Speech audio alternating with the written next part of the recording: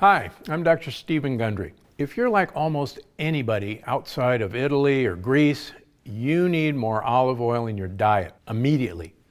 Why? Well, it's not just because olive oil is loaded with healthy, nutritious fats that keep your hunger at bay, though it is. And it's not just because olive oil is a delicious alternative to waistline-wrecking canola oil and other common unhealthy oils, though it is that too. The real reason you need far more olive oil than you're getting is because it contains a unique compound called oleuropein. Oleuropein is a powerful polyphenol that can mean the difference between you dying early of a heart attack and living healthy and happy well into old age. Take it from a heart surgeon. That's no exaggeration. You see, heart disease kills more people around the world every year than all other chronic diseases combined. It's the #1 cause of death on Earth, and most of these heart-related deaths are due to dangerous plaque buildup inside people's arteries. This buildup leads to a condition known as atherosclerosis, which causes, you guessed it, heart attacks. Strangely enough, though, people in the Mediterranean region live long lives and rarely die of heart attacks. You know why? They consume a ton of olive oil and get their oleuropein. See, oleuropein protects your heart by helping to prevent your arteries from clogging. It accomplishes this by acting like Teflon inside your arteries, stopping plaque from sticking to the arterial walls. Let me demonstrate this effect for you. See these two pieces of cloth? The piece on the left represents your arteries currently, vulnerable, unprotected. But the piece on the right has been sprayed with a special fabric protector. It represents the arteries when you have enough oleuropein in your system. And this is the stuff in your blood that turns into disease-causing plaque if it sticks to your arteries. That's pretty nasty stuff. And here it goes. Notice the difference already? Yeah, let's give it some more. Wow, yuck. Now, let's run some blood through these arteries. Here comes the blood, and you know, this piece still looks awful. It's still got plaque on it. But look what happens in the treated side. It pretty much comes right off. What a difference. This is your artery on oleuropein. And you can bet that over a period of years, this nasty plaque builds up until this artery is clogged and hardened. And that's when you're on the way to a heart attack. But look again over here. See how this protected piece rinsed clean easily? This is what happens in your arteries when you get enough oleuropein. And that's why you should always make sure that you have plenty of olive oil in your diet. Trust me, you'll feel a lot better and your heart will thank you. I'm Dr. Stephen Gundry, and I'm always looking out for you. Thanks for watching.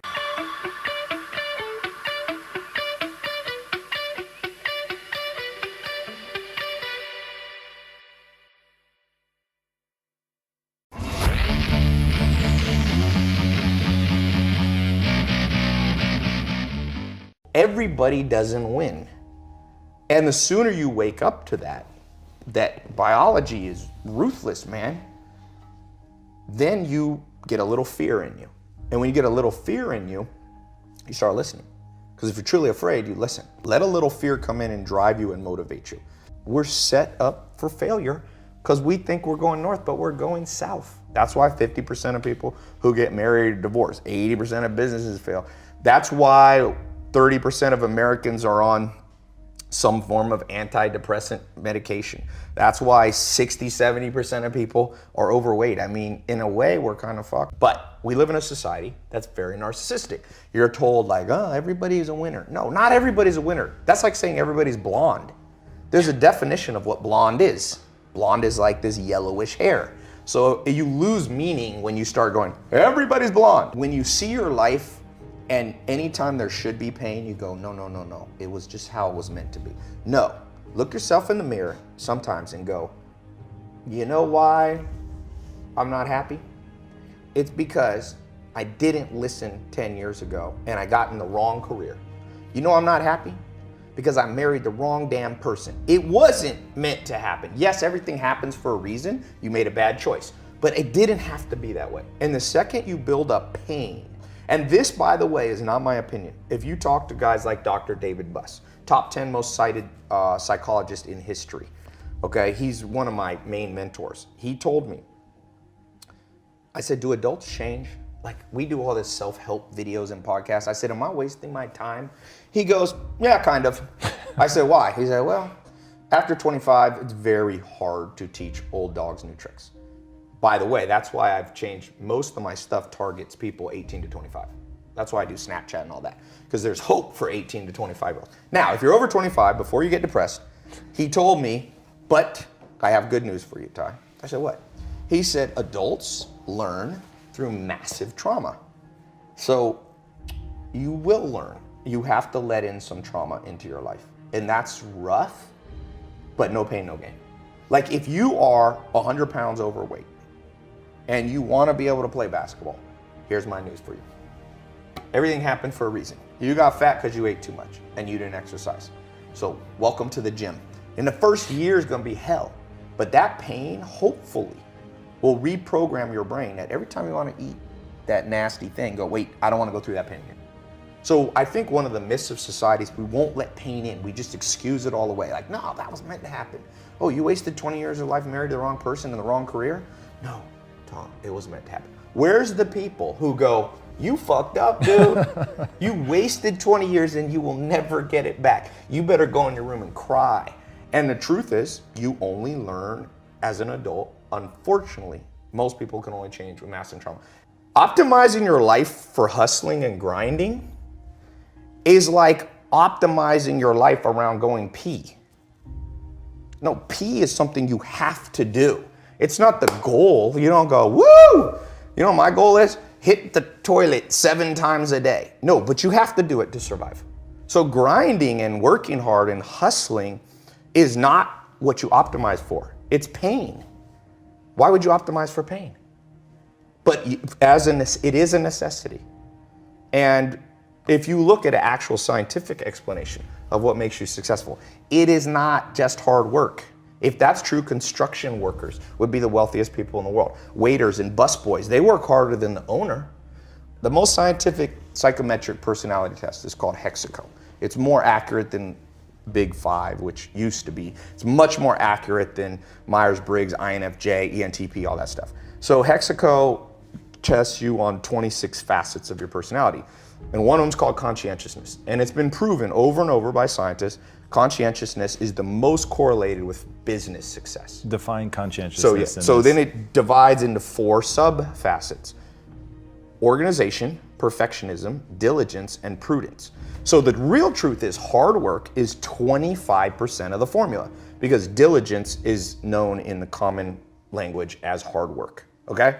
So if you just think diligence alone will get you success, you're like a basketball player that thinks you'll play in the NBA because you can shoot free throws. You ever seen the best free throw shooters in the world? They're old 70-year-old men who shoot underhanded, but they don't play in the NBA because the NBA is not all about free throws. So NBA is scoring, defense, free throws maybe is one component, rebounding, assists, there's a lot of components. So the other 3 you have to get good at. So the first one is perfectionism. People, you have to know how to double check your work. It's that simple. It doesn't mean you're always a perfectionist, but it means when it's important, when you're a pilot of an airplane, double check before you go. If you get on a plane, you hear the pilots double checking, the co-pilot going, hydraulics. And the guy goes, hydraulics. And that's why planes don't crash. And it's called 6 Sigma. It's 3 defects per million. Your goal in business and in life on the important things is to make 3 mistakes per million transactions. And the only way you do that is by being a perfectionist in terms of double checking. So that's 25%. The next one is organization. I can't tell you how much better my life is and anybody watching this will be if you wake up every single day and you take 10 minutes. I have yellow notepads sitting all around my house. I got that from Bill Gates. Bill Gates built Microsoft at 17 by locking himself in a hotel room with 6 yellow notepads, and he wrote out the whole basic code for DOS and things that built Microsoft. Okay, he became the richest man in the world 18 years straight because he was organized enough to lock himself in a room and think through his day. And so what I try to do, and whenever I do this, I have a great day. Whenever I don't, I notice it. Be organized a little bit, 10 minutes. I actually have this little couch thing outside of my shower, and I put a notepad by it. I take a shower when I wake up. I walk over to that, I kind of sit there, and I just write out, I mean, it can be as little as 3 main projects you want to get done that day. So organization is the other 25%. So now, and then you have diligence, which is hard work, hustle, and perseverance. But the last one is the kicker. And this is what I was talking about, the rewiring that has to happen. The last one is something called prudence. Scientists call this prudence. Prudence is the ability to make the right decision. And I can't tell you how many entrepreneurs and non-entrepreneurs, even me at times too, I'm not special, I'm lumping all of us in this. Because of our upbringing in society, our goal is, let's say our goal is like that camera right there. So let's assume that's north. So I have this compass in my brain, and my goal is to go right there. Let's say it's a mile away, so north. What happens if society, my upbringing in school, wired my compass exactly backwards? So I think, let's say I can't see that camera, but I know I want to go north. So I pull out my compass, and it points that way. So I just take off walking. And I do it in an organized fashion. I do it in a perfectionist manner. I'm perfecting my steps and my posture. I'm also working on, hard work and hustle. Keep walking towards your goal. Well, the truth is, if you go south when you should go north, you could have gone 1 mile, but the earth is about 24,000 miles in circumference. So you get to walk 24,000 miles and you'll come up on the backside and you will get your goal. That's most entrepreneurs. The average person takes 20 years to become a millionaire. 90% of businesses fail within the first 5 years, 80 to 90, depending on what statistic. Most people, I did the math once, the average American has $60,000 saved by the time they're about 60 years old. So my answer, I did the math, you can do this with a simple financial calculator. Everybody in America, your parents, everybody you know will be a millionaire if they live to 160. At 160 years old, if you take 60 grand at age 60 and you give it a decent return on investment, 8%, 10%, you'll be a millionaire at 160. But the problem is, the great philosopher, I think it was Aristotle or Socrates, said, the problem is art is long, but life is short. The art of living and getting to your objective is long, but it doesn't have to be. It's long if your compass is backwards. So the whole point of what I was saying about adventure at the beginning is I'm trying to take my south and point it to the true north. And you have to learn that from books and mentors and life experience and listening and finding in-person mentors and all those things. They help adjust your compass. And most people are gonna get what they want just about 40 years longer. Are there like key principles though that you can use to turn that compass so north actually points north? Yes. First one is just like Alcoholics Anonymous, admit you're lost. And that one's hard for people. You tell people, even for me, sometimes I want to think I'm smart and I got it all figured out. And sometimes I'm like, wait a sec, I'm still lost.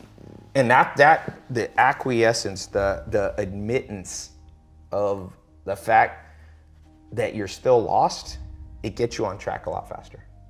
So if you're watching this and you feel lost, it's better to just sit down and be like, I'm lost. Because the day you admit you're lost is the day you allow yourself to be found by people who can give you a tip. But what's the equivalent of that? Because obviously if you're an entrepreneur, nobody's looking for you. So that's the one They are catch, though. right? Who is? They are. You go to Barnes & Noble, people selling their books. They're looking for you as a customer. So read. Read. I mean, the fact that people argue with me on this reading thing, and people argue with me about mentors. No, just use your own gut feeling. Is that how you learn English? When you were 2 years old, you used your gut feeling to start conjugating verbs? No, you learn from other people. You learn manners, you learn language, you learn all things valuable. You learn to drive from another person. So doesn't it make sense you learn life? So books are just the mentors who maybe are dead now. You want to learn about Steve Jobs? He ain't alive to teach you. But you can learn through accumulated wisdom. And that's what, trust me, very few powerful businessmen I've ever met don't read a lot. Warren Buffett, who I think is the best businessman by far in the world, He has 75 companies that he pretty much runs, 200 billion in revenue. He reads 8 hours a day. He reads 600. He said he slowed down in his old age. He only reads 500 pages a day. Bill Gates goes on reading vacations. Mark Zuckerberg just started a reading once a week book club on Facebook. It already got a couple million followers. And now with audio books, there's no excuse. You got YouTube videos. Let this thing run in the background. And it's better if you can find it. I mean, better than books is in-person mentoring. That's why I do a podcast. I started Google AdWords in 2001. Okay, I got lucky. I just stumbled and I was one of the first people to ever use online advertising. I was in, I think, the second month Google AdWords launched.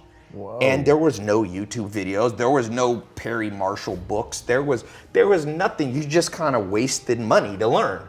Now, we're the most spoiled generation. Everything, this computer on this phone, iPhone 7, is more powerful than the first rocket that put man on the moon. That cost billions of dollars. Now we get that for under $1,000. And people are still like, I'm lost. Yes, you're lost. Sit down and then open up Safari and go, how to do Google Ads. And you're gonna come up, let's see what I come up with. AdWords, they have their own tutorial. WordStream, Jumpify, you got some paid stuff. Then you have some free stuff on HubSpot. If you sit in a chair, Charlie Munger calls it assiduity. Put your ass in a chair. Sit there and focus without being, the average American right now, the average person in the world, our attention span has dropped to 5 seconds. The sad news is the average goldfish has 6 seconds. We're now competing with goldfish and the goldfish are winning. So if you don't have assiduity to sit down, read, there is no solution for you. You will always be poor because you'll always be beat by somebody who's willing to sit in the chair. Is there a way for people to build that discipline? Yes, pain. And that's why I'm not a big believer in delusion. You asked me one of the rewiring things we have to do in this world. I'll tell you one. You ever heard this myth? Everything happens for a reason, so just accept it. Well, there's kind of truth to that. If I jump off a building and break my legs, yes, everything happened for a reason. The reason was gravity. Like that's why you break your legs, and physics. Legs brittle, concrete not brittle. So, but people interpret everything happens for a reason, be like, well, I was meant to learn from that thing, and then BS. Read Richard Dawkins' The Selfish Gene, one of the most important books written in the last century. He says, organisms that only learn through trial and error lose to organisms that can learn through other people's trial and error. Is anybody here, we got a little live audience, anybody here ever had to be hit by a car to learn to look both ways? I didn't. I kind of learned from just somebody telling me, big car, 2 tons, velocity, smash, dead. And I now always look both ways. So if your myth is that the only way you're gonna learn is just through massive mistakes and trials and error, you haven't read Richard Dawkins' book. If you believe in evolution, or even you don't, you believe in creationism or whatever, why do we have big brains? Because we do have the biggest brains on planet Earth. Not always use them, but we got the biggest potential. It's to be able to what Richard Dawkins called project. So you can literally sit in this chair and predict outcomes without having to do them. And because we're all narcissists because of society and Instagram and all this, and I'm guilty of that too, we don't like to be uncomfortable because a narcissist's story to themselves is, you're the best. And so your worldview is messed up. That's a wiring issue. Let me put it this way. I meet people who think they're smart, okay? What it really tells me is they've never been around actual smart people. If you're really smart watching this, let's say you have 155 IQ. That's what Bill Gates has, and Albert Einstein were up there. My step-grandfather had 155 IQ. He speaks 14 languages fluently. He can write Chinese. He's a chess master. He can play 3 other chess masters without looking at the board while they look at the board and beat all of them. If you're smart, you can do that. If you're not, I got good news for you. Warren Buffett says you only need about a 125 IQ to be very successful. But it's better to stay in your lane and just go, I'm not that smart, but you can hire 155 IQs. But that's an example of what I'm talking about, of this rewiring. Right. So these practical things will change your life. All right, since you have a concept called never be the bitch of your own mind. Yes. What do you mean by that? Your mind is driven by deep evolutionary drives. So, for example, narcissism is a protection mechanism, right? So your mind wants to tell you you're amazing. It makes you its bitch. You have to override that and go, you know what? I'm not that amazing. So let me go learn from amazing people.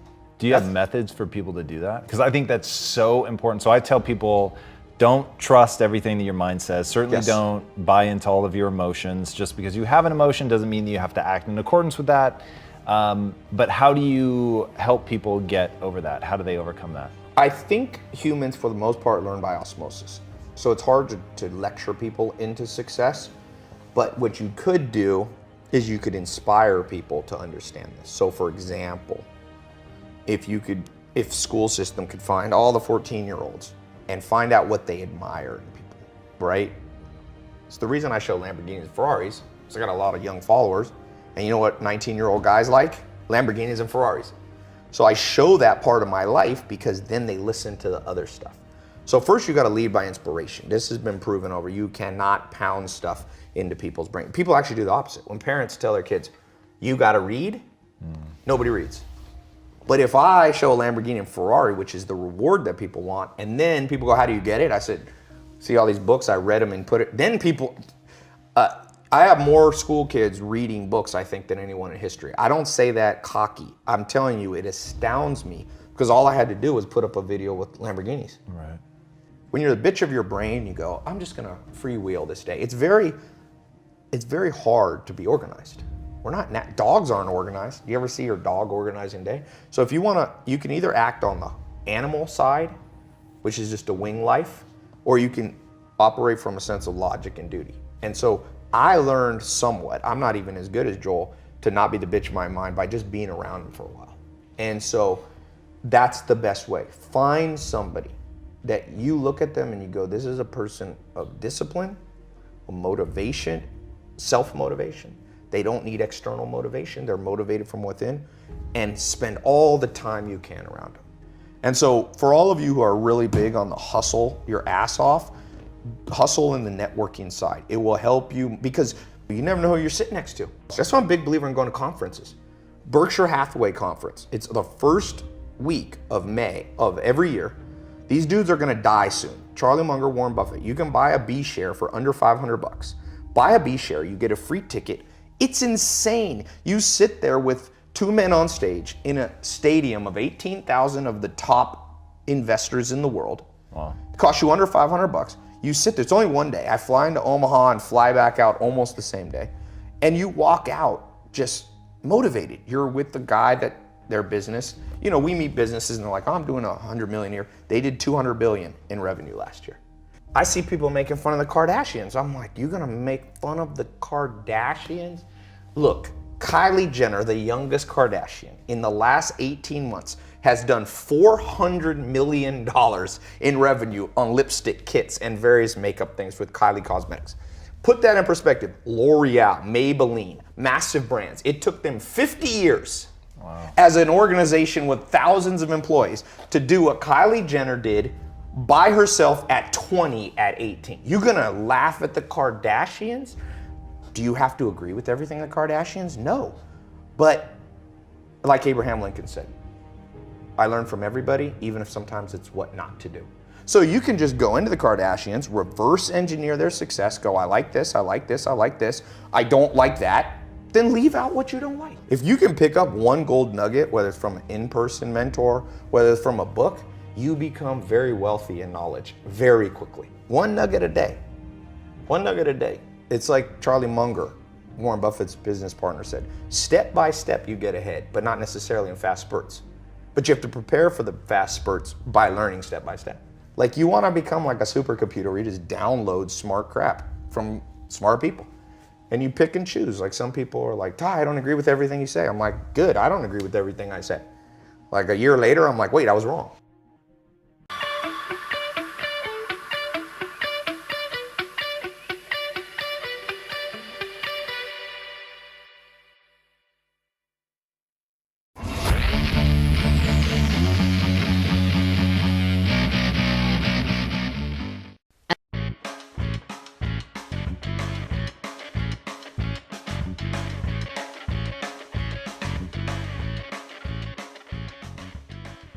The variety of bridges has to deal with the situation in the Netherlands. Netherlands is a country with a lot of waterways, very close to the ocean. We are below sea level. It's creative, but on the other hand, you also have to look to the typical site. What are the possibilities of that site? And that also determines partly the type of bridge you are building at that location. This is a Roman type of bridge, or masonry bridge. It's completely built with stones. And then the arch form is the most convenient form to carry the loads. The arches are relatively small, but it has to do also with the material. They were not able to build bridges with large spans. This is a relative cheap solution, just a plate girder bridge. So you can build up it in totally and then go to the site and put it in position. There are numbers on the bridges also inside in the bridge that's useful for inspection. So if you observe something, you can make your remarks on paper and say, at that position I found a fatigue crack, or there is a need for extra conservation and that kind of stuff. This is a very modern one. This type of form is an architect who has a very important input for this bridge. But also, due to modern technology, the material is improving, so you are able to make more slender structures. Now this is comparable with the previous one. Cables from top of the piler and then to the deck. So it's a so-called cable-stayed bridge. These bridges are used in areas where you need longer spans. The cable stays are an alternative, let's say, for the arch bridge. Also you have to connect these steel cables to each other. There are people who like it to see the reality of a connection. But it could also be done inside the bridge itself. That's a matter of choice. Yeah, this is a steel deck. The steel parts are shipped to this area, welded together. Then they build up a surfacing system, an asphalt layer or a concrete layer. And this is a so-called bascule bridge with one hinge, with a counterweight at the other side. So you need a rather light mechanical equipment to open and to close the bridge. It's more or less in equilibrium.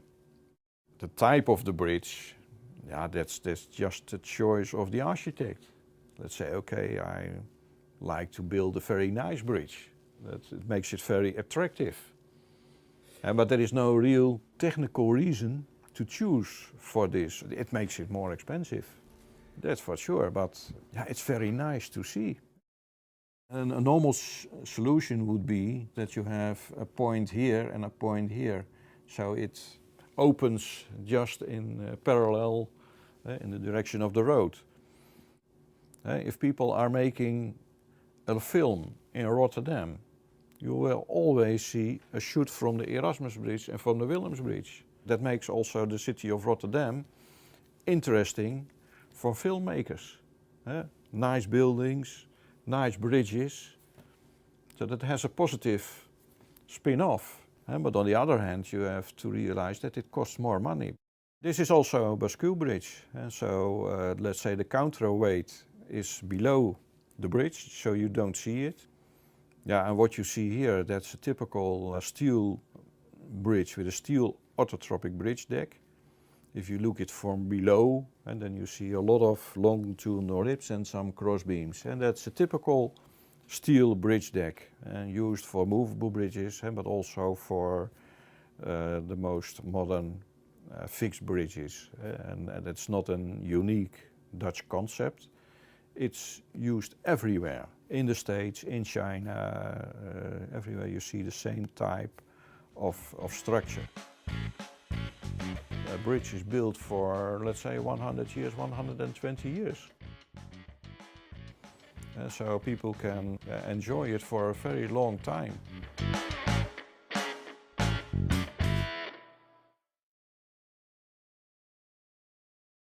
This is also a cable stayed. that these tubes are used for other infrastructure, just for telephone cables, internet and that kind of things. It isn't a part of the structural behavior of the bridge. This is also a very traditional bridge. You see it a lot in the Netherlands, and then the counterweight is not below the road surface, but the counterweight is now in this area. And that's with respect to costs, that's a very attractive solution. Let's say for a bascule bridge you have to build a very large concrete basement for the mechanical equipment as well as for the room you need for the counterweight. This is just a typical inspection tool, and the advantage of this inspection tool is that you can put it very easy on the bridge. It's just a truck and the whole system is folding open, and so you can come very easy under the bridge.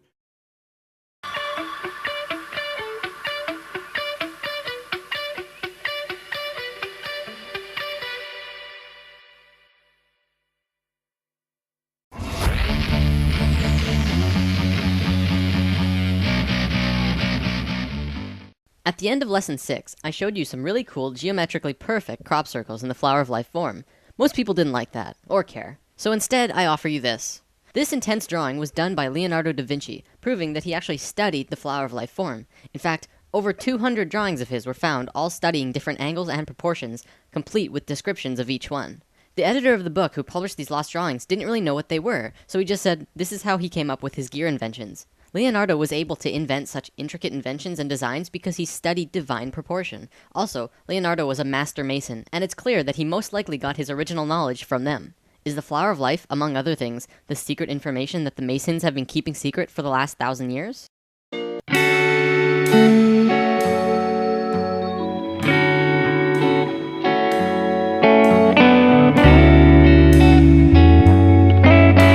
Today, I was going to look at spirals and sequences found all throughout the universe, which is pretty important, but at the last minute I decided to change it because I want to show you something else.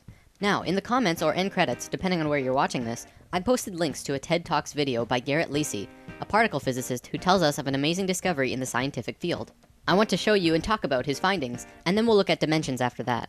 Okay, so Garrett has discovered that by examining coral, they found that each coral head has thousands of different polyps. These polyps are constantly budding and branching into genetically identical neighbors. Through performing heat experiments on these polyps, they were able to find that every single polyp is part of a whole, a single unit of being, but each one is experiencing its own reality individually.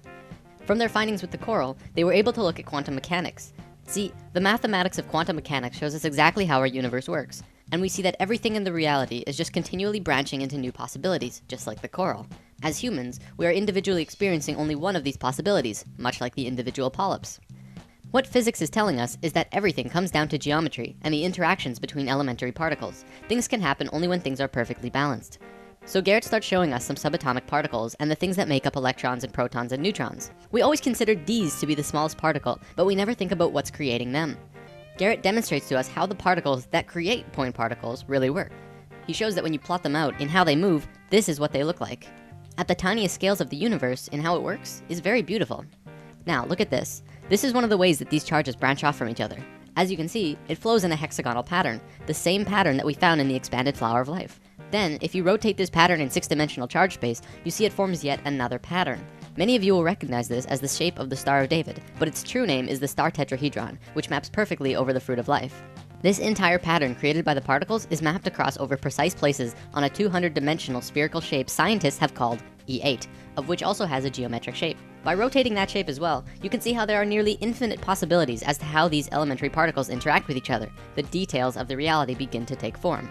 Now, as this shape is rotating in 8 dimensions, you can see a myriad of different patterns here. Look at this one in particular. This looks a lot like Metatron's cube, doesn't it? At the heart of particle physics is pure, beautiful geometry. By now, you probably can begin to see where sacred geometry falls into this. Where do these shapes originate? Do they just come into being at random? Or does the first shape come from somewhere else?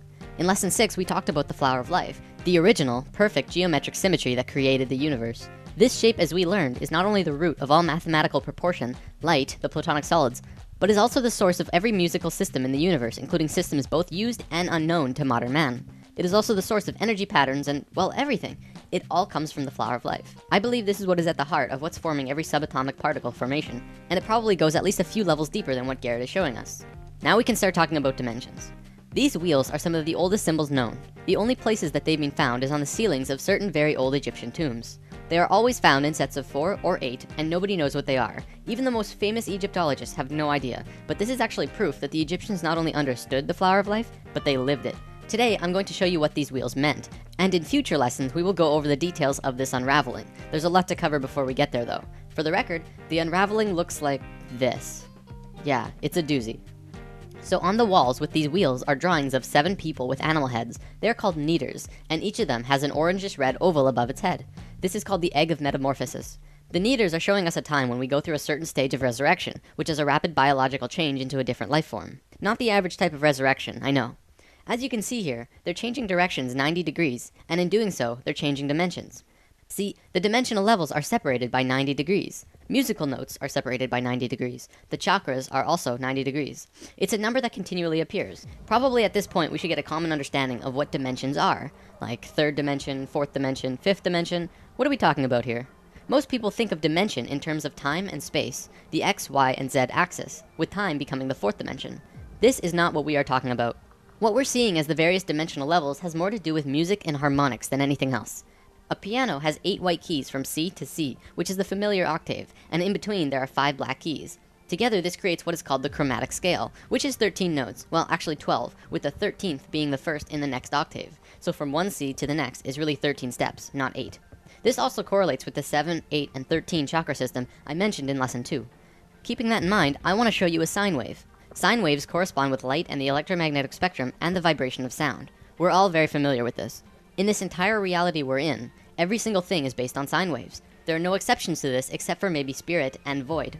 Quantum physics and quantum mechanics looks at everything in the reality of one of 2 ways. You can look at anything, like the computer you're watching this video on, to be made up of tiny particles like atoms. Or you can forget about that idea completely and look at it as a vibration, a waveform, such as electromagnetic fields or even sound. If you look at it as atoms, the laws can be seen to fit that model.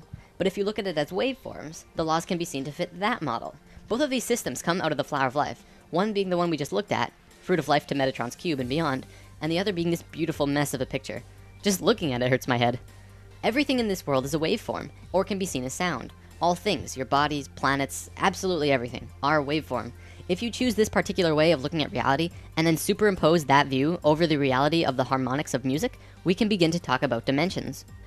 The dimensional levels are nothing but different base rate wavelengths. The only difference between this dimension and any other is the length of its basic waveform.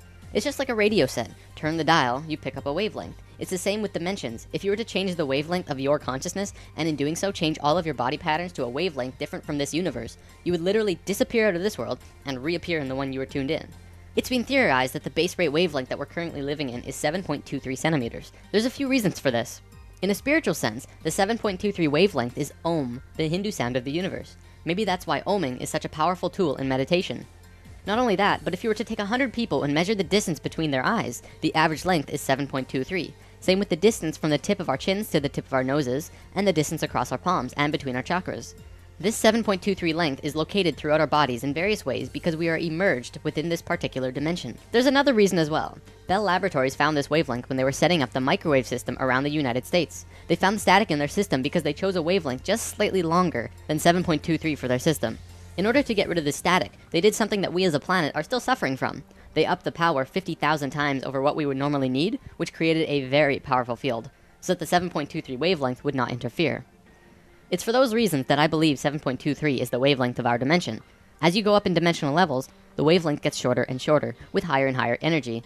As you go down in levels, the wavelength gets longer and longer, with lower and lower energy, more and more dense. Just as with a piano, there's a space between the notes, so that when you hit one note, there's a very definite place where the next note is. In this waveform universe we exist in, there's a very definite place where the next dimensional level exists. It's specific wavelength relative to this one. Most cultures in the cosmos have a basic understanding of this and understand how to change between dimensions. However, because of certain events that happened on Earth 13,000 years ago, we have all forgotten, but we're about to remember. So if we show each note in the chromatic scale as a circle, we have 13 circles. Each circle represents a white or black key, and the shaded circle at the end would be the 13th note that begins the next octave.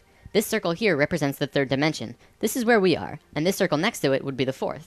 In Lesson 3, we talked about channeling, and this is typically where channeled beings are. This is also where you explore when you are astral projecting or lucid dreaming. You'll notice now that the musical system goes upwards and downwards forever, octaves over octaves over octaves. Theoretically, this is how the universe goes too, an infinite spectrum of universes in both directions going upwards and downwards forever. I mean, come on, we thought our universe was big, but everything in our universe, as far as we can see, well, that's just this one dimension. You may have heard people talk about 144 dimensions and how 144 relates to other spiritual subjects. This is because there are 12 notes in an octave and 12 overtones between each note. 12 times 12 equals 144 dimensional levels. To be specific, there are 12 major dimensions and 132 minor dimensions within each octave, though in truth this progression probably goes on forever. The diagram we've been looking at represents one octave. The 13th note repeats, and then there's another octave after that. Looks like I'm about done for the day. I want to show you this. I was watching Ancient Aliens not long ago, and one of the natives who has communication with beings in higher dimensions told the man who was interviewing him that they have always been here, even right here where we're sitting right now, but you just don't see them. They're in a different frequency. and no one really got what he meant. So that's kind of a fresh perspective on that.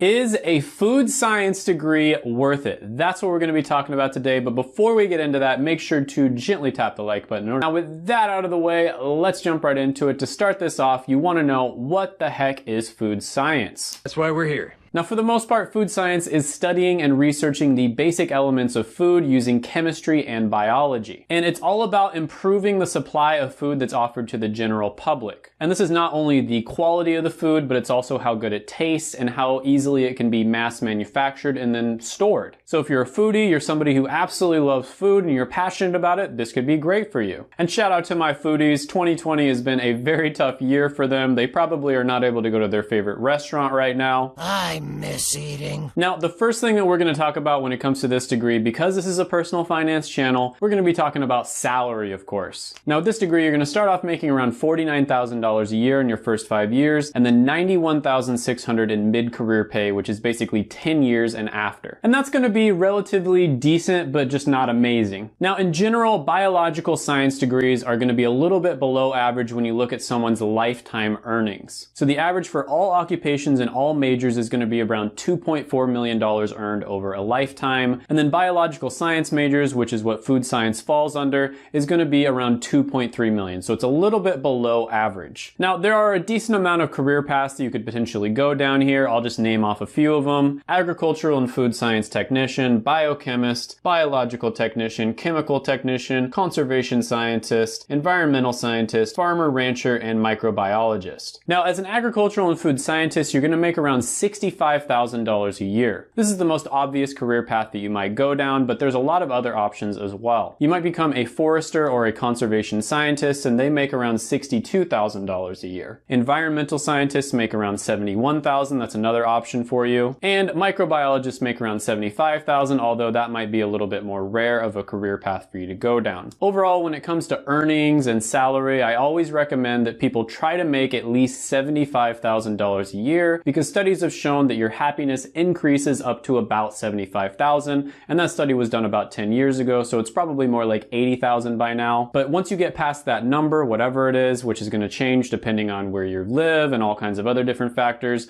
your happiness doesn't really increase. So I think that's a really good target for you to aim for. Somewhere around $75,000 to $80,000 a year is where your happiness is going to max out. And overall, with this one, I'm going to give it a score of 7 out of 10. It's not amazing, but it's also not horrible. Now, next on the list, we're going to be talking about satisfaction, and I always like to split this one up into two different categories, which are going to be more important to different people depending on what type of person you are. One of them is going to be meaning, and the other one is going to be job satisfaction. So meaning is basically how much you think your job positively contributes to the world. So maybe you hate your job, it's super stressful, but but at the end of the day, you know you're really helping other people out, and so it might have a high meaning score. Whereas satisfaction is just how much do you enjoy doing your job. It's not necessarily something that is contributing to the world, but maybe you really enjoy it. So when it comes to meaning, this one actually surprisingly scores relatively low. The meaning score is 43%, and just to give you an idea where that lays, radiation therapy has the highest meaning score at about 90%, and plastics engineering technology has a very low score at around 30%. Now when it comes to job satisfaction, it does seem to score a little bit better. So as a food scientist, you have around a 72% job satisfaction score, and just to give you some context, clergy has the highest score at around 90%, and parking lot attendants has the lowest score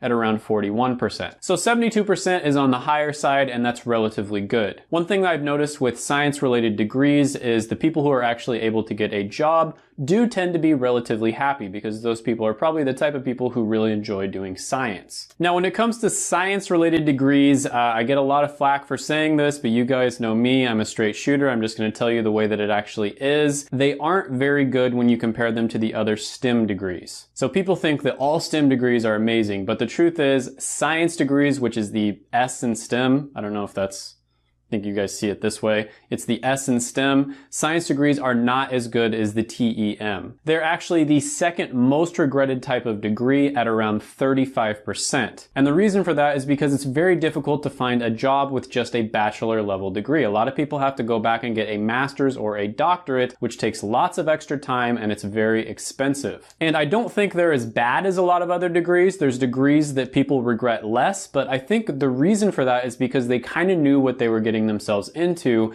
whereas a lot of people think that science degrees are good and they don't really understand that they're not as good as people think they are. You can compare that to a math degree or a computer science degree where only around 12% of people regret it. Now, with that being said, a lot of the time it's going to have more to do with either the business that you work for or the industry that you work in when it comes to job satisfaction and just satisfaction in general. So for instance, you might be doing a job that you're not crazy about, you know, it's okay, but you're working in a business that's really awesome, they treat you well, they give you all the hours that you want, they give you good vacation time, good benefits, etc. Whereas if you're working in an industry that's really struggling, or maybe your company is struggling, you might not have a very good time. They're probably going to work you really hard, they're not going to pay you as well, and there's not going to be as many opportunities. Satisfaction is always extremely subjective, so for one person this might be a 10 out of 10, and for another person it might be a 1 out of 10, and I always recommend looking at the concept of Ikigai, and that's basically the Japanese concept that means a reason for being, and it's really helped me kind of discover what I want to do with my life.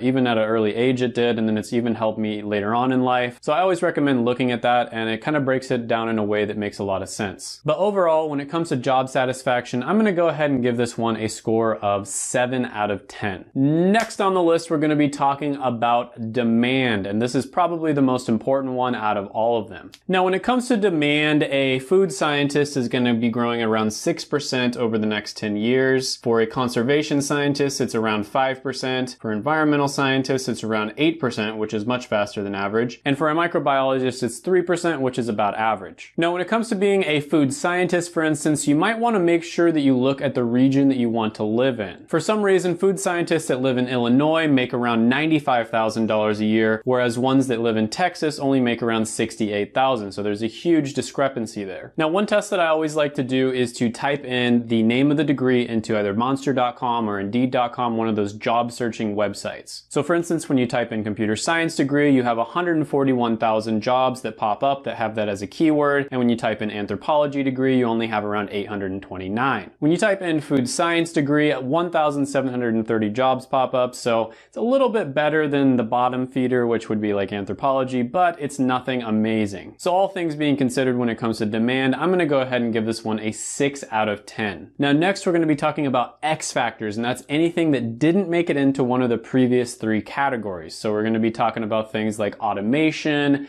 outsourcing, the skills that you learn, how flexible the degree is, etc. Now, I mentioned before, but in general, science-related degrees, and especially biological science-related degrees, don't make as much as something like engineering, for instance. An average engineer is going to make $3.5 million over a lifetime, and the average person who graduates with any college degree is going to make, on average, about $2.4 million. Whereas someone who graduates with a biological science degree only is going to make around $2.3 million, so it's a little bit below average. However, weirdly enough, if they go into a career where they're working with computers or mathematics, like a technology-related career, like computer programmer or a software developer, they're making on average around $3 million over a lifetime. This makes a lot of sense to me because a lot of them are getting the degree, they can't find a job, and so they probably learn how to code on the side or something like that. And there are a lot of, soft skills as well as a few hard skills that you can learn getting a science-related degree that can indirectly be valuable to companies on the job market. However, when it comes to the specific skills, something like food science, for instance, the value on the job market in terms of what businesses are willing to pay you for those certain types of skills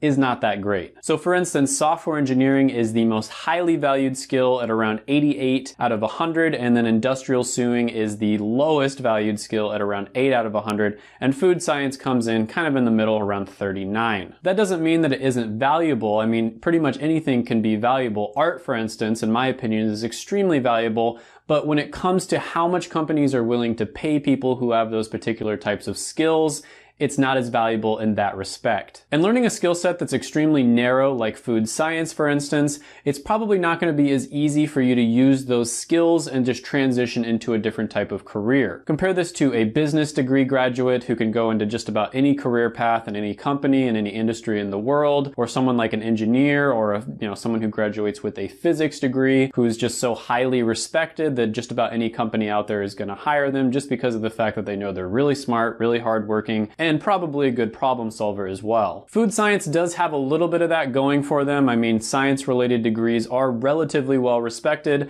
but it's definitely not on the level of engineering or physics. Now, with that being said, one big time positive here is that food science-related skills are probably not going to be automated in the future. Will robots take my job? Has the chances of automation at around 8%. And that makes a lot of sense. Let's say you go into a food scientist position and you are somebody who is tasked with creating a new type of soda for Coca-Cola. Is a robot going to be able to taste the soda and understand that it tastes really good and consumers would likely, buy a bunch of that type of soda? Probably not, and that might not ever be able to happen. But overall, when it comes to X factors, I'm gonna give this one a score of 6 out of 10. So the pros with this one is that it's gonna have a relatively good satisfaction rate. It's not too bad when it comes to meaning and satisfaction. The automation risk is also gonna be relatively low. It's probably not gonna be automated. And you actually did see some relatively decent growth for some of the careers that you might go into. And on top of that, you might not have to get a master's or a doctorate. You might be able to actually get a job with just a bachelor's. Some cons here, though, is that it's not very flexible. So the skills that you're going to be learning here are not going to be super flexible to where you could probably go into any other career very easily. The pay is okay, but it's not great. And the career paths in general are going to be a little bit too narrow in my opinion.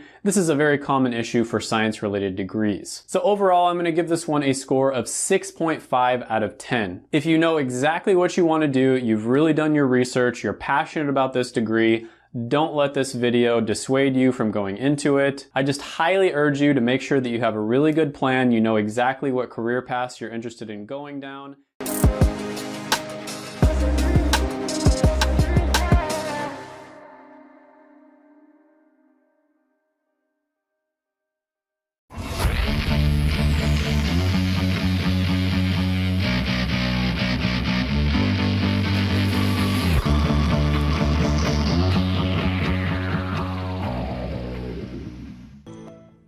So what happens during the life cycle of a star? Some B movies? An Oscar? A star on the Hollywood Walk of Fame? No, that's a different kind of star. I mean stars found in space, like our sun. All stars initially form from a cloud of dust and hydrogen gas. This cloud is called a stellar nebula. Gravity over millions of years causes the dust and gas to spiral together. The particles move faster and eventually reach temperatures of millions of degrees to form a protostar. A star forms when it is hot enough for hydrogen nuclei to fuse to form helium. For more about nuclear fusion, watch this video. The star then enters a long stable period where the outward pressure of the heat generated by nuclear fusion counteracts the force of gravity. The star is now called a main sequence star, and it stays in this state for between 10 million and 10 billion years. What happens next depends on the size of the star. Let's talk about a smaller star first, one roughly the size of our Sun. Up until now, the nuclear fusion has been occurring between hydrogen nuclei, but eventually the hydrogen begins to run out. Now the outward force of fusion is less than the inward force of gravity. This causes the star to collapse inward and the temperature to increase. It becomes so hot that helium nuclei can now begin to fuse together to form heavier elements, but only as far as iron. To form elements heavier than iron requires an input of energy, which we'll explain a little later. The star now expands and becomes what is called a red giant. When our Sun becomes a red giant, it will expand to such a size as to engulf the 3 inner planets. Next, fusion of helium in the red giant will eventually stop. Suddenly, the force of gravity is greater than the outward pressure of fusion, causing the star to collapse, forming a white dwarf. No more fusion is occurring inside the star, and so the white dwarf cools down. Eventually, after many billions of years of cooling, it stops releasing heat, and it becomes a black dwarf, as cold as the empty space that surrounds it. So what about bigger stars? What happens to them? They follow a different pattern. These stars too eventually run out of hydrogen, but quicker than a smaller star would. Massive stars, as a result, have a much shorter main sequence life than smaller stars. These stars then expand to become super red giants, now full of all the elements up to iron. Eventually, fusion stops, resulting in the collapse of the super red giant. The shockwave created triggers an explosion, a supernova, producing a lot of energy in the form of heat and light, which can outshine all the other stars in the galaxy for several weeks. The extremely high temperature and pressure that exists inside a supernova enables the fusion process to create all of the elements in the periodic table that are heavier than iron. The supernova distributes these throughout the universe, so that means we're all made of stardust. One of 2 things can happen next. Either a neutron star or a black hole is formed. A neutron star is made of densely packed neutrons. Formed when under immense pressure, electrons are forced to merge with protons. A black hole is formed if the mass of the neutron star is sufficiently high to cause further gravitational collapse. A black hole has such strong gravity that even light cannot escape it. We cannot yet observe a black hole directly, but we can detect it by the effects it has on nearby objects such as stars. Now that's one star-studded life cycle.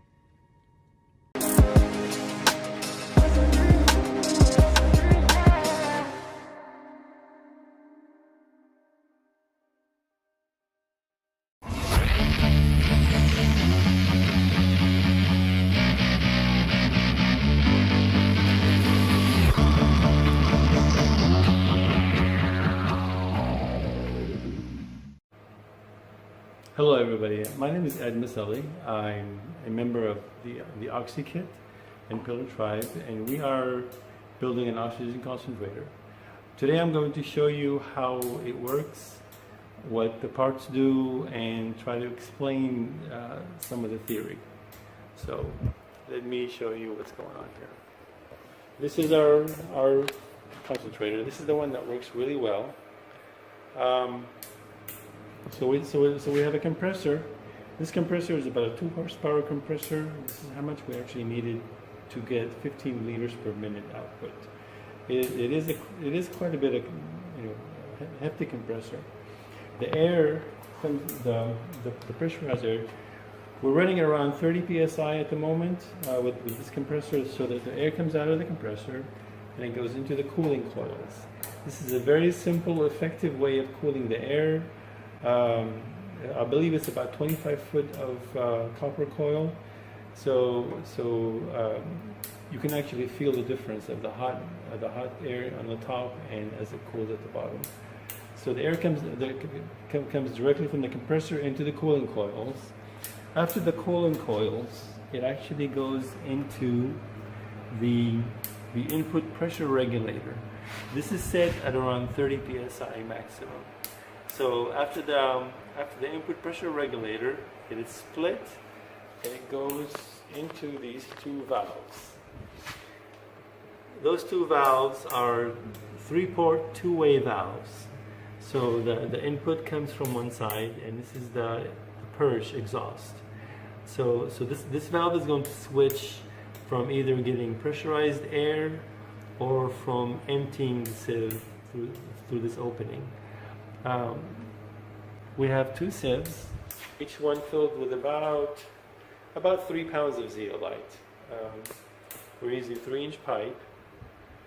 And I have other videos showing the details of the inside of each sieve canister, the details of the screens that are holding the zeolite in, the springs that are keeping it compressed, and so forth. So air comes in from the bottom, it goes through the zeolite absorbs the nitrogen, and then concentrated oxygen goes out from the top. When it goes out from the top, as you can see, it goes into this T's, and it splits off. It splits off into as you can see here. So we have this Y configuration with orifices inside. Each of these orifices has a 1.6 millimeter diameter hole in it. I made those using aluminum rod drilled in the center with a 1.6 millimeter drill bit, and then I cleaned them up a little bit. What this effectively does is it splits off. The concentrated oxygen comes out of the active sieve, and it's split. Half of it goes into the surge tank. This is our surge tank, and half of it goes into the sieve that's being purged at the moment. And so what this does is the oxygen pushes out the remaining nitrogen in that sieve, because now it's under low pressure, and it pushes out the nitrogen, and it fills the empty sieve with oxygen. During the next cycle, whenever this sieve starts to pressurize, it now has some concentrated oxygen in there, and it actually gets enriched even more. So that increases our concentration, and then it feeds again. As it comes out, it's split. Half of it goes into the surge tank to be consumed. The other half goes into the empty sieve to fill it, to push out the nitrogen, and to enrich it even higher than it was when it came out of the first sieve. This is our equalization valve. What this does is, after the sieve is purged, this opens up a little bit to allow the full sieve canister to start to pressurize the empty canister. This way we're utilizing that pressurized oxygen to fill the canister to ramp up the pressure quicker. This helps with the nitrogen absorption, because the higher the pressure, the more nitrogen is absorbed. The output goes into a surge tank. The surge tank is basically an empty canister that is supposed to temporarily hold the oxygen before it's consumed. The output of the surge tank goes into the second pressure regulator. This is a low pressure regulator set at around 7 or 8 psi. The output from this pressure regulator then goes into our output flow meter. This output flow meter is set to 15 LPM, and then the output from the flow meter comes out. It's split here. One side goes into our mask, the other side is going into our sensor, our oxygen meter. This is what's going to tell us if it's actually making oxygen or not. This flow meter is set to about 300 milliliters per minute. because the flow meter doesn't require very much flow in order to measure it. And it's actually, as you can see the label, it's 300 milliliters maximum. Okay, so now I'm going to go ahead and turn it on. The electronics, let me talk about the electronics. We're using an Arduino board to control the timing. So the Arduino board is very simple, very easy to use, very cheap, and it's very easy to get. The Arduino board controls a relay board. This is an eight relay board. We're only using 3 of them actually, or 4 of them, I believe. One of them is used for turning on the compressor, but it's not used right now. So basically, we're only using 3 of them because we have 3 valves: equalization valve and 2 input valves. So we are going to make the code available. We're using about a 5-second cycle for each active sieve, and a 300 millisecond equalization cycle, along with a 300 millisecond fill cycle. I'm gonna go and turn on the compressor, and this will get it going.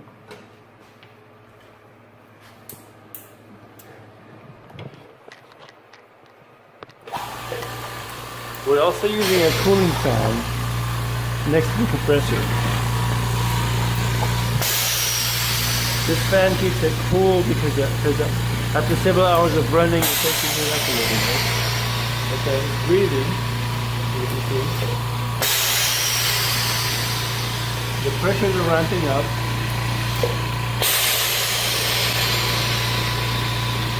You can see from the pressure gauges how each sieve pressurizes and then it empties, and then the next one pressurizes and it empties. Our storage tank is holding here, about 10 psi, I believe. 15. Okay. And this is our and then from the back, you can see how the valves are switching. And then they encourage it.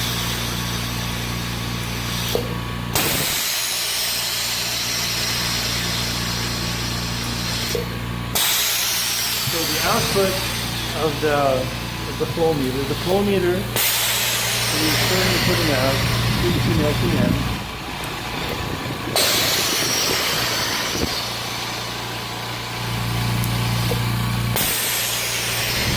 And then the first split, we go into our,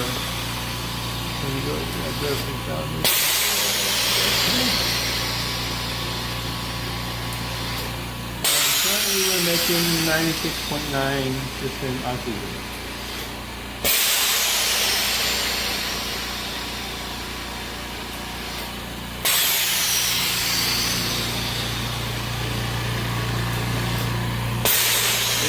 Again, this is hot, and this is pretty cool. I mean, it's comfortable to touch.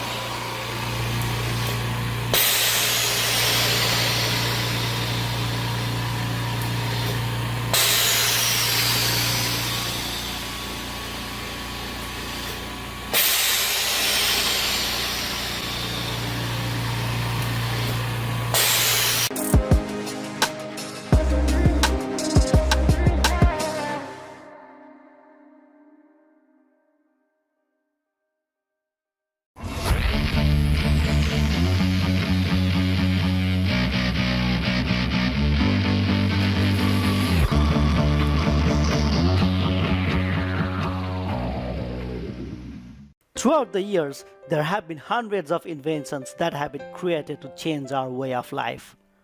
And now, the world is changing faster than we think. And there is no sign of it to be slowed down. In fact, it is speeding up. Here, we are going to talk about those 7 scientific discoveries of 21st century, which will change the world. In number 1, we have 5G data storage.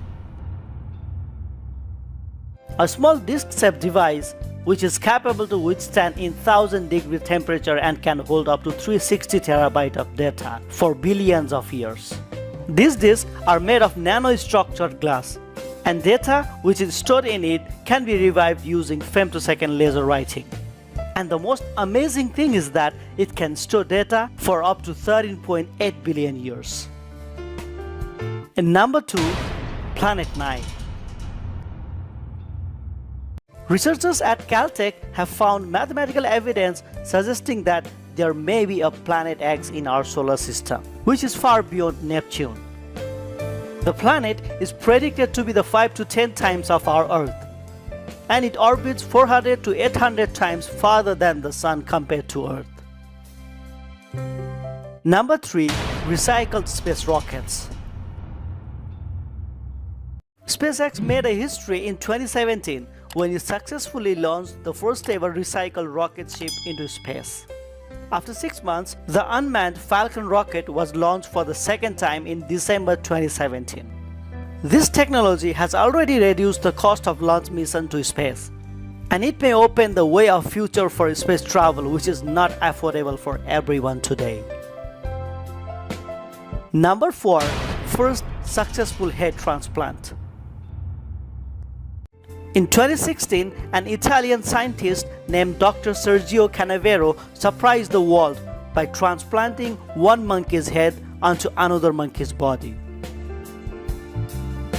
Each monkey's blood vessels, spine, and neurosystems were connected using polyethylene glycol. Number 5, 3D printed organs. 3D printing is an amazing invention of all time. Scientists were trying to recreate the body's complex vascular network using 3D printer. And this year, they found the solution.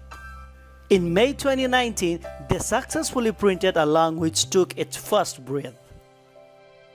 Number 6, animal cloning. The first successful genetic clone of an animal was born before 22 years. Since then, scientists have successfully cloned pigs, deer, cats, mice, etc. We are getting good at cloning animals. This technology has helped to increase the number of endangered animals population. And we could use this technology to bring back now extinct animals. Number 7, growing babies in plastic bags. Just before 2 years, scientists in China managed to keep a prematurely born lamb alive for 4 weeks by growing it in an artificial womb, which looks like a plastic bag. The bag was named as BioBag. This might help human babies who born prematurely to have better chance to survive by allowing them to grow for an extended period in biobags before entering the world. So please write in the comment section down below which invention of these you think is most helpful for human. At the end, if you enjoyed watching, then please give a thumbs up and click that subscribe button for more informative video in the future. Thank you for watching and have a good day ahead.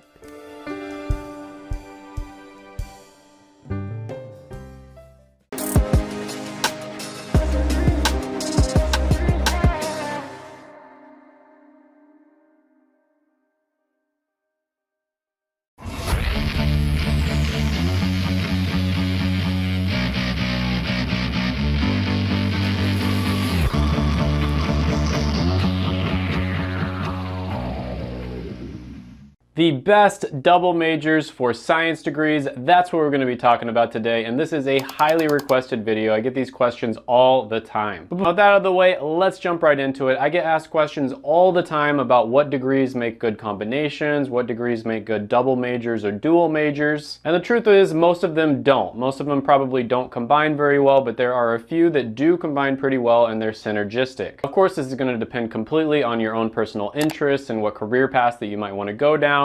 Most of these degree combinations will not be for everyone, but there might be a few people out there that will see one of these and end up looking into it and discover that it's the right one for them. So first off, let's jump into it. First, we're going to talk about science degrees and engineering degrees. So this is an example that can sometimes be pretty decent. So one combination here would be a chemical engineering degree as well as a materials science degree, and they would start off making $74,000 a year and then $137,000 in mid-career pay. Another example might be the combination of a polymer science degree and an engineering degree, and they would start off making $69,000 a year and $103,000 in mid-career pay. So one industry you might end up working for if you got the first combination, for instance, would be the natural gas industry. And one career path you might go down is becoming a petroleum engineer, and they make around $137,000 a year. There's 33,000 jobs available, and it's growing at 3%, which is around average. Now, one thing I will say about engineering degrees is they're going to be very difficult. A lot of people actually have trouble graduating with an engineering degree in just the 4-year time frame. So if you're doing an engineering degree and then double majoring in something else, it's probably going to be even more difficult to graduate in 4 years. With that being said, depending on what school you go to and the curriculum that they do, some of them make it easier than others. Another thing to keep in mind is sometimes if you just get a 4-year bachelor's degree in a science major, it can be very difficult to get a job. A lot of the time they have to end up going back to school and getting a master's or a doctorate or a professional degree. That isn't nearly as much of a problem when it comes to engineering. Even if you don't end up working as an engineer, you'll likely be able to get a job in all kinds of different careers. So sometimes the combination of an engineering degree and a science degree would enhance your chances of getting a job rather than if you just got a science degree. And historically speaking, engineering in general does pay extremely well, especially when you look at things over a lifetime. According to the latest census,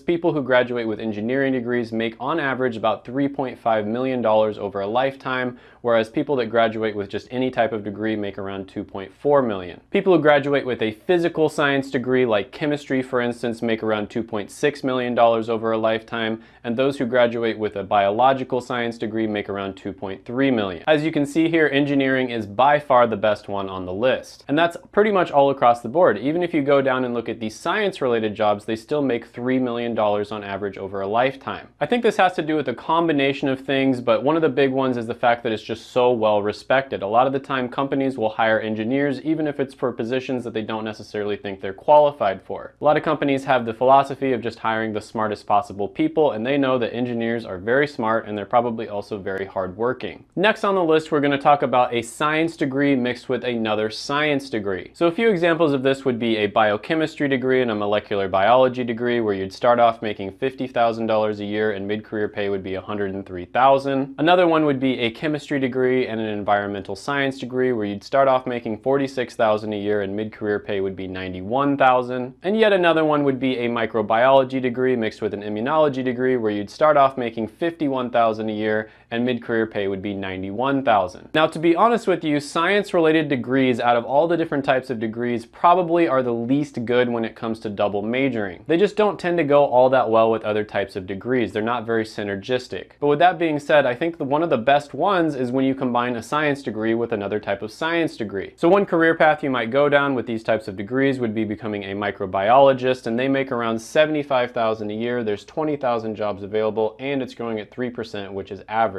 Now, I don't think that science-related degrees are going to be as hard as engineering degrees or mathematics degrees, but they are relatively difficult. A lot of them are probably going to be in the top 20 or 30 hardest majors. So again, you want to keep that in mind if you're thinking about double majoring in 2 different science-related degrees. And as always, I recommend making sure that you have a really good plan and knowing exactly what you need to do in order to reach your goals. So you want to figure out what types of career paths you're thinking about going down, and then know exactly what steps you need to take in order to get there. And the best way for you to do that, besides watching my videos and doing research on it, is to actually reach out to people who are currently doing these careers and ask them what they would recommend that you do. Because if you're going to put in all that work in order to double major in something, you want to make sure that you're not wasting your time. Next one on the list is going to be a science degree mixed with a communications degree. Now, I admit I was a little bit surprised here. I didn't expect a communications degree to pop up on the list, but when I was researching this, I did see several programs where there was either dual degrees or double degrees that were a mixture of science and communication. So one that I found was technical and scientific communication, where you'd start off at $48,000 a year and mid-career pay would be $92,000. And I guess this one kind of makes sense because, you know, when somebody reads a scientific paper, for instance, unless they're highly trained, they're probably just going to think it's a bunch of nonsense. And I do think it is a skill that you have to learn when you're kind of interpreting a scientific paper or some type of, you know, statistics, for instance, and then relaying that information to someone who might not understand the paper itself. So one career path you might go down would be becoming a meteorologist. They make around $95,000 a year. There's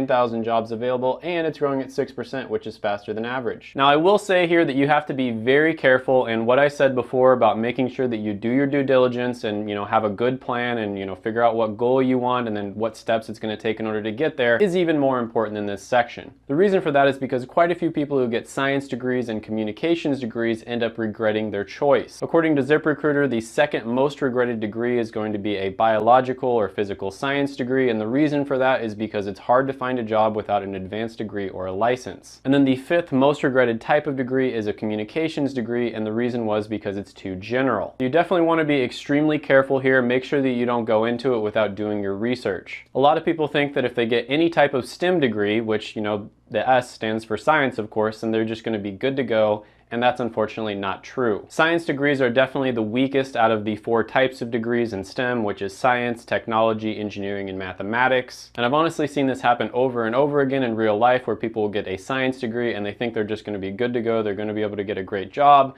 and that usually doesn't happen. Next one on the list, number 4, we're going to be talking about science degrees mixed with social science or liberal arts degrees. This is another one that kind of surprised me a little bit, but when I was doing my research, I did see quite a few double majors or dual degrees that had to do with science as well as social science or liberal arts. One example would be environmental science and policy, and this one you'd start off at $47,000 a year and $90,000 in mid-career pay. One career path you might go down is becoming an economist, and they make around $105,000 a year. There's 20,000 jobs available, and it's growing at 14%, which is much faster than average. However, you're generally going to have to get a master's degree. This is another one where I can kind of see it working out as long as you have a really good plan. Liberal arts and social science degrees do tend to teach a lot of soft skills that some of the more hard sciences leave out. Things like formulating an argument, critical thinking, and communication. A lot of social science degrees are going to emphasize giving speeches, for instance, and you're going to be forced to think on your feet more. Whereas science is going to teach you more hard skills, of course. Next one on the list is going to be a science degree and a business degree. So one example of this one was animal science and management, and they make around $42,000 a year starting out and $70,000 in mid-career pay. One career path you could go down is becoming an agricultural and food scientist, and they make around $65,000 a year. There's 34,000 jobs available, and it's growing at 6%, which is faster than average. Now, when it comes to business degrees, generally speaking, I think they make the best double majors. The reason for this is because they can apply to just about anything. It really doesn't matter what industry you go into, what business you work for, or even what career path you go down. A lot of the time, everyone is going to be hiring business majors. If you look at skills, for instance, and ZipRecruiter did a skills index, you're going to see that business-related skills oftentimes score extremely high. So for instance, project planning and business process management are both rated 86 out of 100, and that's 2 out of the top 5 skills on the entire list. Another great thing about business degrees is, let's be honest, they're not going to be nearly as hard as a lot of other types of degrees. And that can be a really good thing in this case, just because of the fact that if you're double majoring in something, that's going to be pretty difficult, and so you probably don't want to double major in 2 extremely difficult degrees. Next on the list would be a science degree plus any degree that you're interested in. Now, you do have to be extremely careful here, like I said before, just because of the fact that science-related degrees a lot of the time do tend to be kind of overrated in my opinion. And I always recommend to you guys that you make sure that you secure the bag, so to speak, with your undergraduate degree. And by that, I mean you want to make sure that you can get a job with just a 4-year bachelor degree. If at that point you decide, hey, I want to go get a master's, I want to try to become a doctor, something along those lines, that's great. You should definitely go for that. But a lot of the time, unfortunately, life goes in a different direction and your plans don't always work out. And so you want to be able to fall back on your bachelor's degree and make sure that you can get a job with just that. So one degree here that I think would be really valuable that I could see you double majoring in would be a graphic design degree mixed with a chemistry degree, for instance. With a graphic design degree, it's probably not that great on its own. You're only going to be making around $42,000 a year starting out and $65,000 in mid-career pay. And of course, that's if you're able to find a job in the first place, because a lot of art-related majors unfortunately have very high unemployment rates. But you'd be able to design graphics where you could show the results of studies, for instance, which would be extremely useful to people that want to read about them. And number 7, I think this would be the correct choice for the majority of people watching this video, which would be a science degree plus not double majoring in anything else, maybe just minoring in it. And the reason for this is because science degrees, in my opinion, are not as good as a lot of other types of degrees when it comes to double majoring. As I always recommend, you would want to make sure you know what career paths you're looking at, what career paths you're trying to go down, and then you want to talk to people who are doing those careers and figure out what steps you need to take. You need to reverse engineer it, figure out what steps you need to take in order to get there. And I think most of the time, especially when it comes to science-related career paths, they're probably not going to tell you that double majoring is going to help you that much. They might tell you that getting internships will help you, getting work experience, making sure that you have extra skills, doing projects on the side, maybe some leadership experience as well. All of those things might help you, but chances are double majoring probably won't help you that much.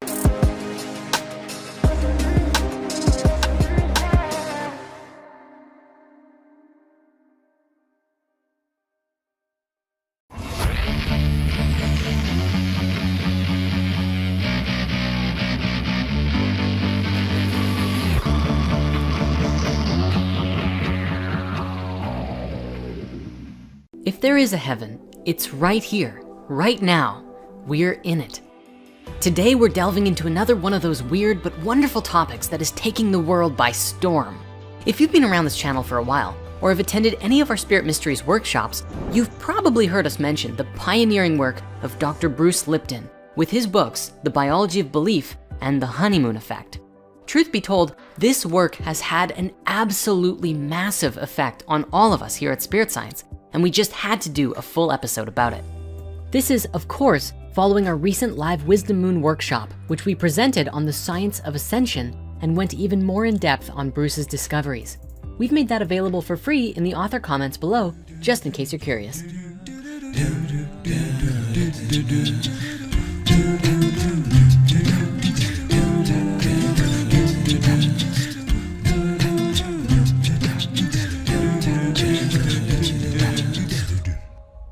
In a nutshell, Bruce's research suggests that consciousness and the environment have a guiding effect on our genetics and the quality of our lives.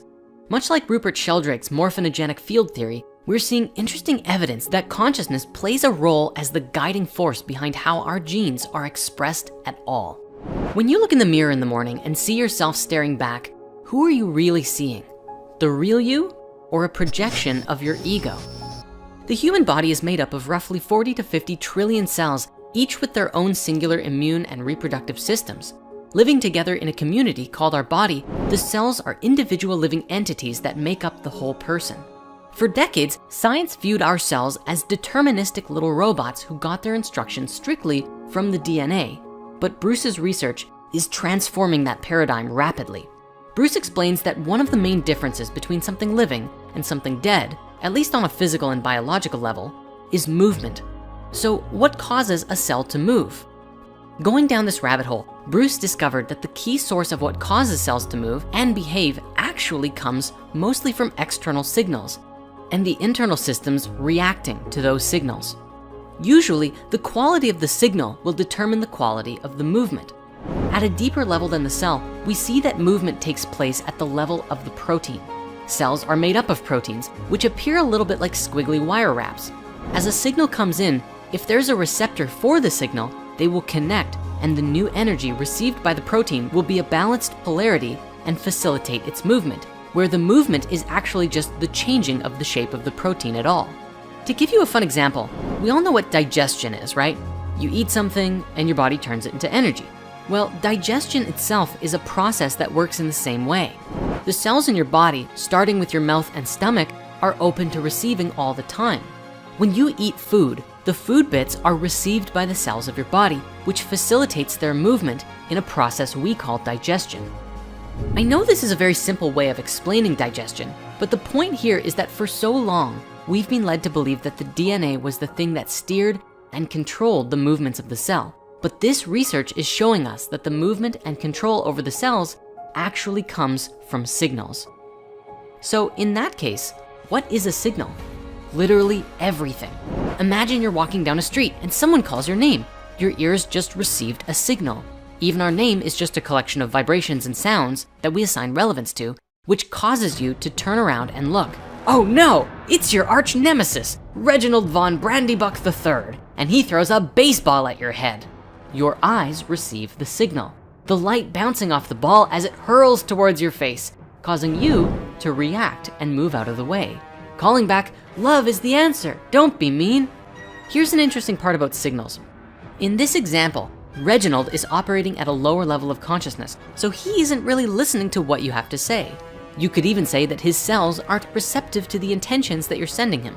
So he carries on with his negative attitude and doesn't really hear or receive what you say about love. See, unless we're receptive to the signals we're receiving, we actively keep ourselves limited to only receive the same thing over and over. Now, this is where things get especially interesting because signals are not just external, they're internal too. Thoughts are signals, feelings are signals. They are signals that we tell ourselves over and over as a result of our beliefs, some of which we program ourselves with, others of which we were programmed by our environment. We explored this briefly as well in our money movie with Think and Grow Rich. One of the steps in Think and Grow Rich was autosuggestion, continuing to steer your thoughts and focus in the direction of wealth and abundance. Because as you look for opportunities to personal success, you open the receptors of your mind to receive those signals. And this brings us to the importance and significance of consciousness. Bruce explains that the mind is similar to a government, which can enact policies to influence the cells. If you have a good mental government, i.e. compassionate and loving thoughts, you get loving commands sent to the cells, and thus you have health. But if you have a bad mental government, you have poor health. Do you remember that scene in Doctor Strange when the Ancient One asked, "When you reattach a severed nerve, is it you who puts it back together or the body?" Stephen responds, "Well, it's the cells." To which the Ancient One replies, "And the cells are only programmed to put themselves back in very specific ways. But what if I told you that your own body could be convinced to put itself back together in all sorts of ways?" You see, it's significant for us today because it encourages us to ask, just how much of an influence do our minds have on our bodies, right down to our cells? And then, to go even deeper, the question becomes, what programs the mind?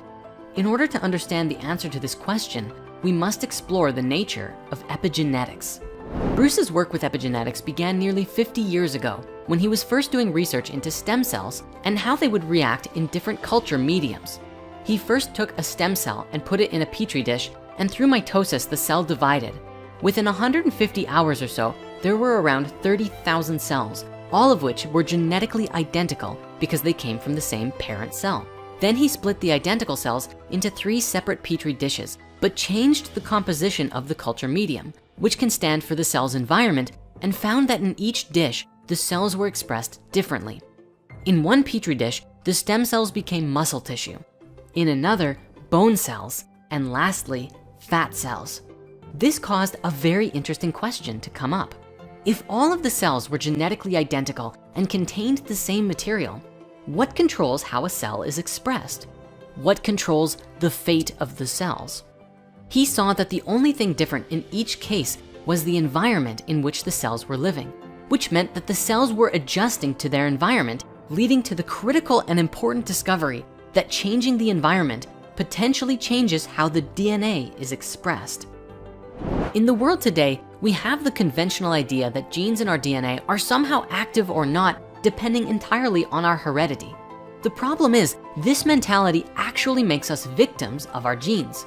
If we believe cancer runs in our family, we're gonna get it, or at least have an increased risk of getting it.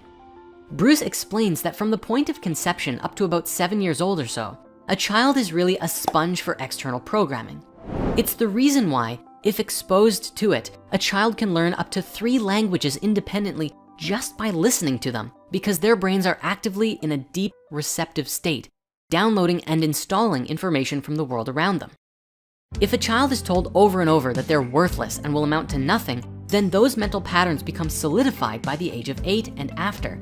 And that ultimately dictates how they think and view the world and themselves, influencing the quality of their lives directly every moment, unless they do some serious mental rewiring. But don't worry, there's good news to all of this too.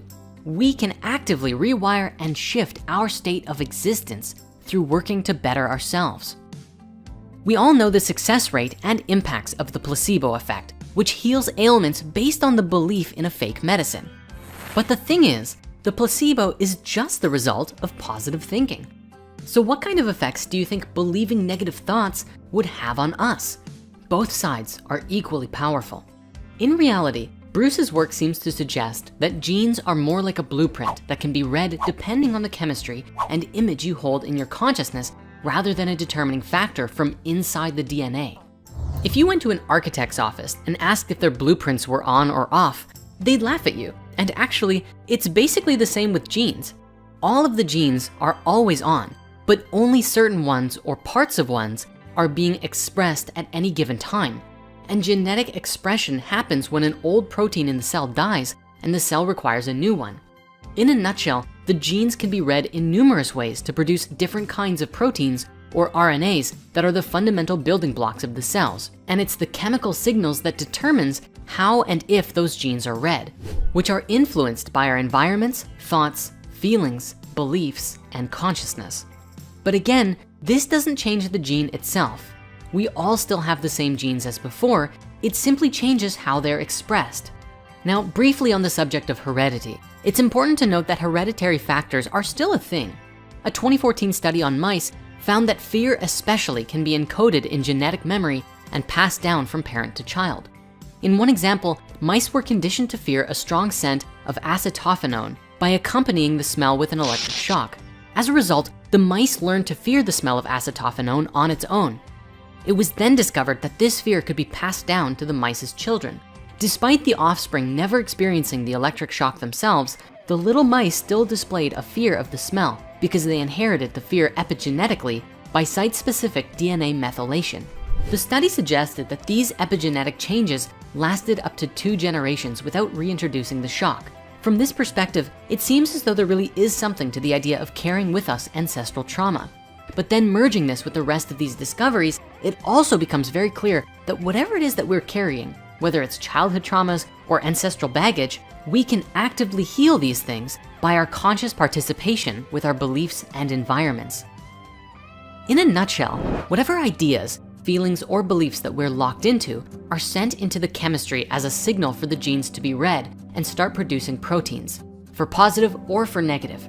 Having a strong foundation of love and gratitude will result in positive and happy chemicals like dopamine, oxytocin, serotonin, and endorphins all being released into the body.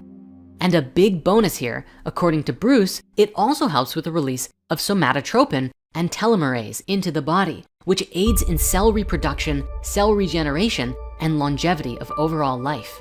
This also works in the other direction. If we send signals or images of fear, it raises the production of cortisol, the stress hormone, which among other things activates the fight or flight response, diverting energy away from the immune system and making the cells go into a protection mode, which also can be likened to us emotionally shutting down from connecting with others.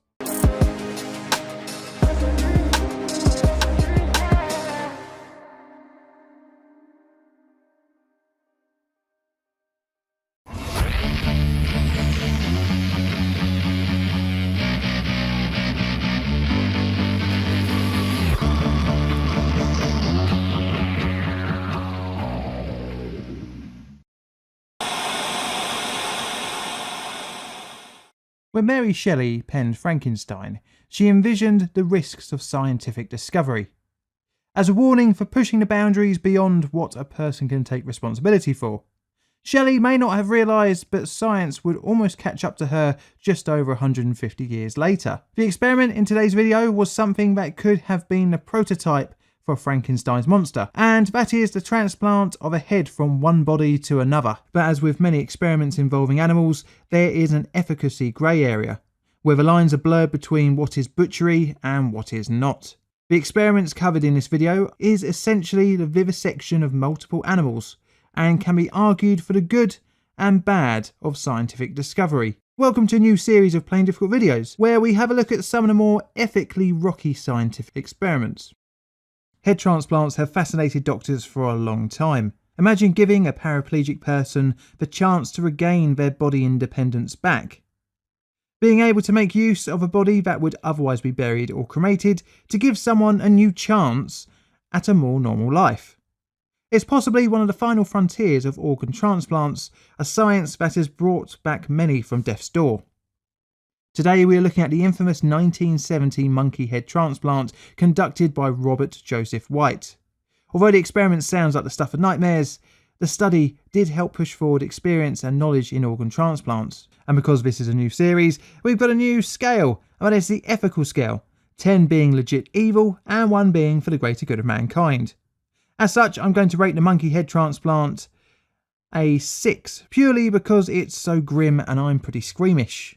Our story starts 18 years before Robert White was born, and the first dog head transplantation by American physiologist Dr. Charles Guthrie and French surgeon Dr. Alexis Carrel. The surgery involved attaching a decapitated dog's head to another dog's neck, with the blood first flowing via the donor dog's head to the live victim. The experiment was a proof of concept, as the donor head showed some reaction to stimulus, but due to 20 minutes of blood loss during surgery, the extra new head deteriorated quickly. The test dog was put down shortly after. The blood had started to cause brain damage, and this would be the biggest hurdle to a head transplant. The 2 doctors, although arguably failing at this experiment, did use their knowledge to further organ transplant science, earning them a Nobel Peace Prize a few years later. Our next journey through the gruesome history of head transplants next stops in the 1950s, and not surprisingly, the Soviet Union with a Dr. Vladimir Demikov. In 1953, Demikov made strides in coronary bypass surgery, having successfully completed such experiments on 4 dogs that lived over 2 years post-surgery, which in all books is a success. Demikov turned his sights on the ultimate in surgery, and obviously that's going to be head transplants. In 1954, Demikov achieved better results in East Germany than Guthrie and Carrel, allowing the donor dog head to be able to lap water, be more aware of its surroundings, and have limited movement. The surgery involved grafting the upper body, including front legs and head, onto the other dog. Demikov did several experiments with multiple dogs. The longest that any subject survived post-surgery was 29 days, but most died within a few days. The process that was used preserved the blood flow to the donor head, hence more functionality post-surgery. The limitations of survival of the dogs was mainly due to immune response of the recipient to the donor causing death. The next major challenge of head transplantation involved immunosuppressive agent development. Enter stage right, Robert J. White, the one who would do the infamous monkey head transplant. White in 1965 had started to experiment with the concept of head transplants, although he focused more on isolated brain transplants and the difficulties in keeping the flow of blood. He created vascular loops to preserve blood flow between the internal maxillary and internal carotid arteries of the donor dog. This meant that the brain has uninterrupted blood flow even after severing the second cervical vertebrae. The method was named by White as autoperfusion. Using this method, White was able to successfully graft 6 canine brains to the cervical vasculature of 6 other dogs. Although the surgeries were successful, the dogs lived between 6 hours and 2 days post-experiment. Using monitoring equipment implanted in the brains showed good oxygen and glucose consumption, meaning they had a good metabolic state post-surgery. The experiment showed the feasibility of short-term isolated brain transplant. Although pretty gruesome, the methods learnt meant White could attempt a monkey head transplant. On the 14th of March 1970, White would conduct his experiment. For the experiment, White accepted that, like all other head transplants to date, that the donor body would be paralysed. Because of this, the isolated body would have to be kept in function by mechanical and chemical stimulation of the heart and lungs. This was due to the complexity of re-establishing the nerve stem, but the main goal was to keep the brain function to a similar level post-op to pre-op. White's experiment used 8 small rhesus monkeys for a total of 4 experiments. Each of the 4 experiments would have monkey A's head attached to monkey B's body. The experiment used White's autoperfusion technique and reattachment surgery, which had been perfected in the lead up to 1970. The operating room team even used marks on the ground to choreograph each and every move of everyone in the theatre. The rhesus monkey was chosen because the animal would give the most accurate representation of a human-like central nervous system. The monkeys, weighed between 6 and 7 pounds, were initially put under intravenous pentobarbital. Then, each head for transplant was instrumented with EEGs and the recipient bodies were instrumented with ECG. Once this was completed, the monkeys were tracheotomized and were cervically transected at the level of the 4th and 5th cerebral vertebrae, at the same time preserving the carotid jugular circulations. The preservation of blood flow was done through sutured cannula loops. During previous experiments, it was found that just one carotid artery and jugular vein was enough to provide blood flow for the head, even after all other circulatory support had been severed. This was completed under constant EEG monitoring. For the transplant to the new body, one of the cannula loops was stopped and connected to the body, and after blood flow was resumed, the second cannula was stopped and connected to the new body. This allowed constant blood flow to the brain. Extra blood had been drawn from other monkeys in case of any hemorrhaging during the surgery. Antibiotics were under constant supply, along with immunosuppressive agents, to help prevent rejection of the new body-head combination. 3 to 4 hours post-surgery, the monkey heads would start to show awareness of their surroundings, with their eyes following stimulus, and would even attempt to eat any food placed in the mouth. The EEG records reflected that the establishment of a characteristic consciousness state. And in a grim way, the faces as seen here look rather scared of the situation, which obviously is understandable. If blood pressure fell, so did the head's awareness. A dye was used to mark the blood-brain barrier. The muscles in the face were active and looked like they were working as they should. In fact, looking at the footage, you wouldn't even think that the head had been amputated. The bodies did not show signs of rejection of their new heads, probably because of the amount of drugs pumped into the bodies. Each of the 4 experiments lived between 6 and 36 hours post-surgery. Eventually, the mixture of drugs and blood loss from the amputation area killed off each monkey. After the experiment, each brain was dissected and showed no signs of brain damage or dye infiltration, proving the concept of a head transplant. The monkey head surgery showed that cephalic or full body transplant was possible. And even though the longest of any of the monkeys' lives was just over a day, with extra time taken on suturing with modern techniques of today, the surgery could have been a much more longer term experiment. White became well known after the experiments and took a lot of flack from animal rights groups and even his peers, although it did not seem to really affect his accomplishments as a neurosurgeon, who would in his career perform over 10,000 surgeries, albeit on human subjects. He would pass away in 2010 at the age of 84. The lessons learned from the experiments helped further transplant science, which by the 1990s had more improved mixtures of immunosuppressive agents, which had hindered the monkey's life expectancy post-surgery in 1970. The new drugs were a key factor when the first human face graft proved successful. Head transplants did not die with White, however, as the mantle was taken up by Xiaoping Ren, who grafted the head of a mouse onto another mouse's body, which survived for 6 months post-surgery. And in 2013, Sergio Canavero published a method that he said would make a human head transplant possible by 2017. But that never happened, so take that with a pinch of salt. Where would you rate the monkey head experiments on my ethical scale? 1 being it's all good and 10 being the work of pure nightmares.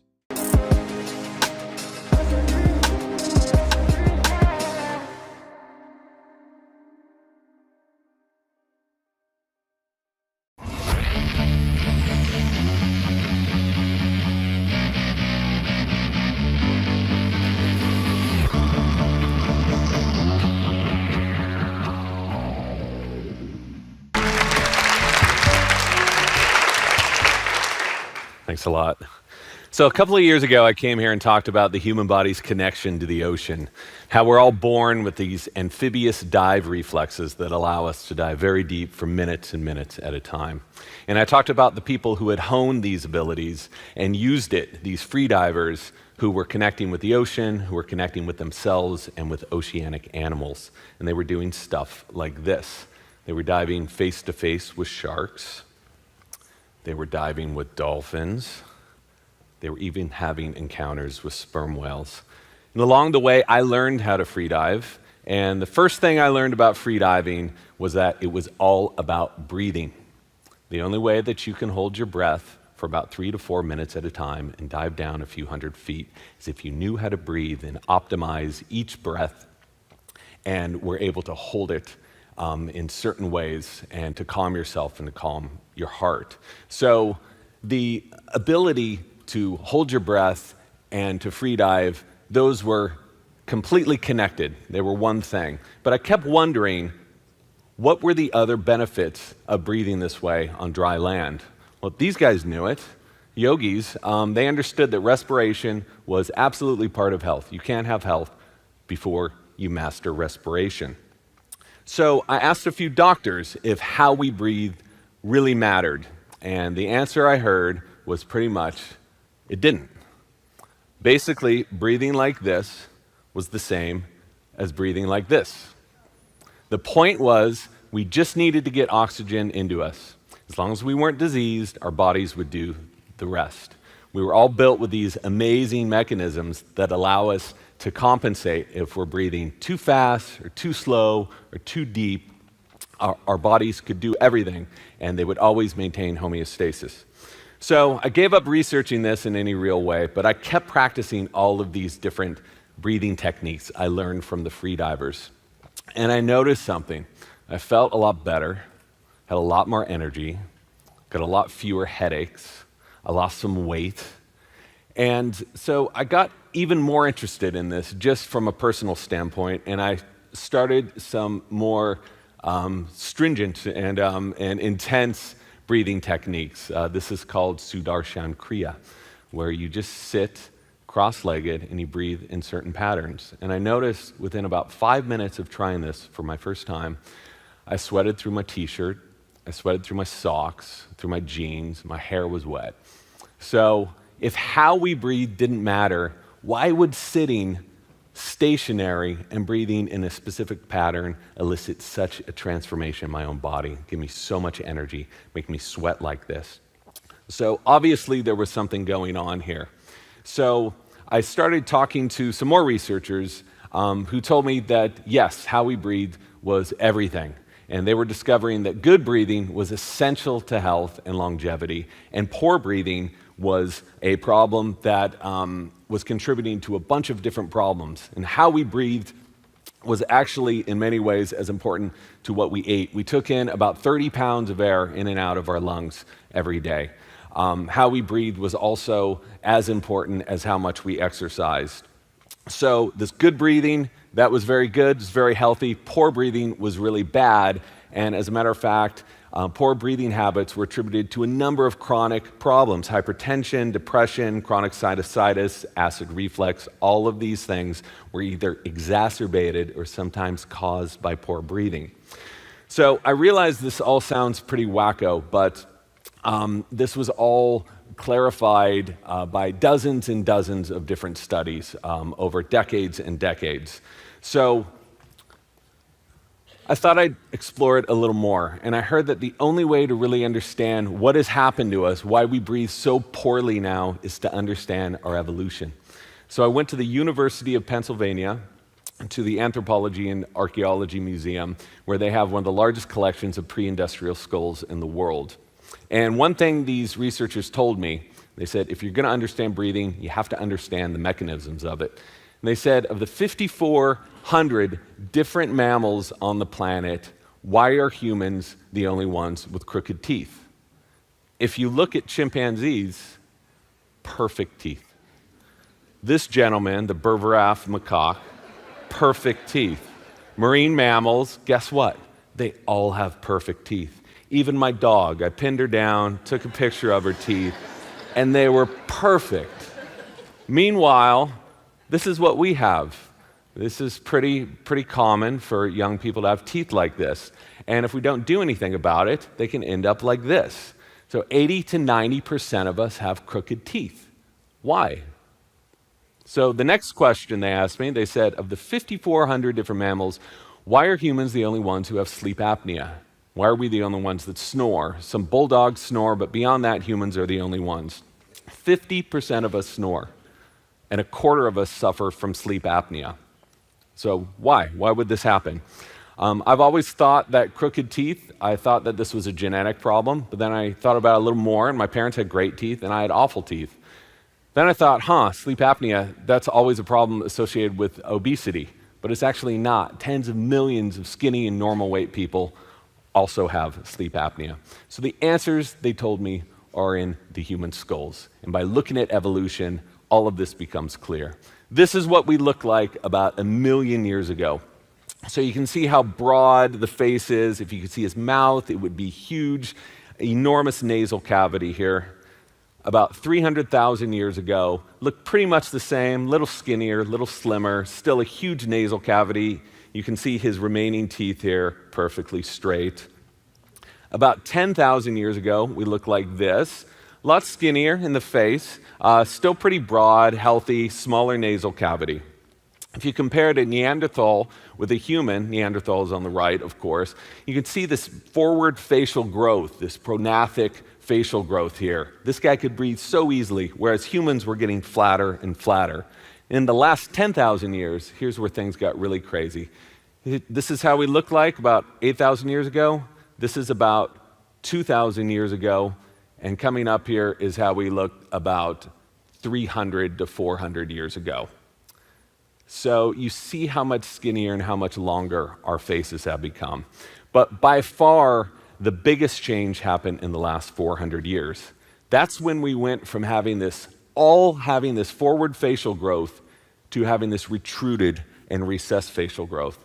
So that's about 300 years ago, that's about 200 years ago, and now about 90% of us have a facial growth that is recessed and flat, much like mine.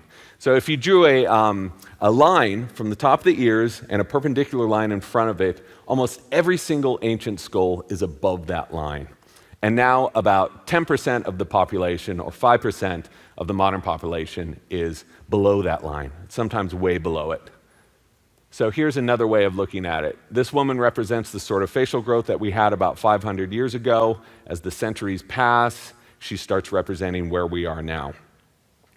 So what happens when your face grows backwards and your mouth grows smaller?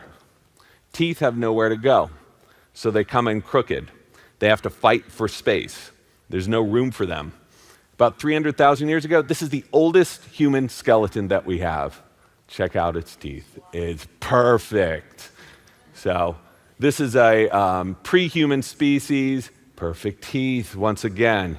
So these guys didn't have dentists, they didn't have braces, they didn't have headgear or orthodontists or scope or Invisalign, and they all had perfect teeth. So although it may seem like it, I'm not here to talk about dentistry. I'm not here to talk about the merits of facial growth. Everyone is beautiful in his or her own way. This guy has been talking about this stuff for 60 years and no one has listened to him. In the last 10 years, this is John Mew. Last 10 years, researchers are finding that he's been almost entirely true. His son, Mike Mew, is now doing some amazing research. So is Ted Belfour and Mariana Evans and on and on and on. But what I'm here to talk about is how all of this shrinking in our mouths and our faces has affected our breathing. Because guess what else shrinks? Our airways. So what you're seeing right now is what has happened to the airways in humans. This is why we have sleep apnea. This is why we have crooked teeth. And this is why we can't breathe right. And this is also why, one of the main reasons why we have so many chronic problems. I just looked up sleep apnea on a good friend PubMed here, and there's like 7,000 different articles showing the deleterious effects of sleep apnea. So are you guys depressed yet? Because I certainly was when I discovered all of this, but it made just such perfect sense. You just can't deny it. But I realize I'm here at a float conference. You people have come from all over the world to be here to talk about floating. And I assure you that shrinking mouths, de-evolution, and breathing aren't as disassociated from floating as it may seem right now. And I'm going to tell you why.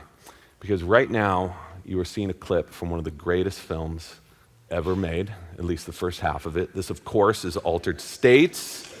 Yes. So this whole film is about a professor played by William Hurt who floats for extended periods of time and goes back in time, becomes a primordial caveman. Here he is, his EEG's going crazy.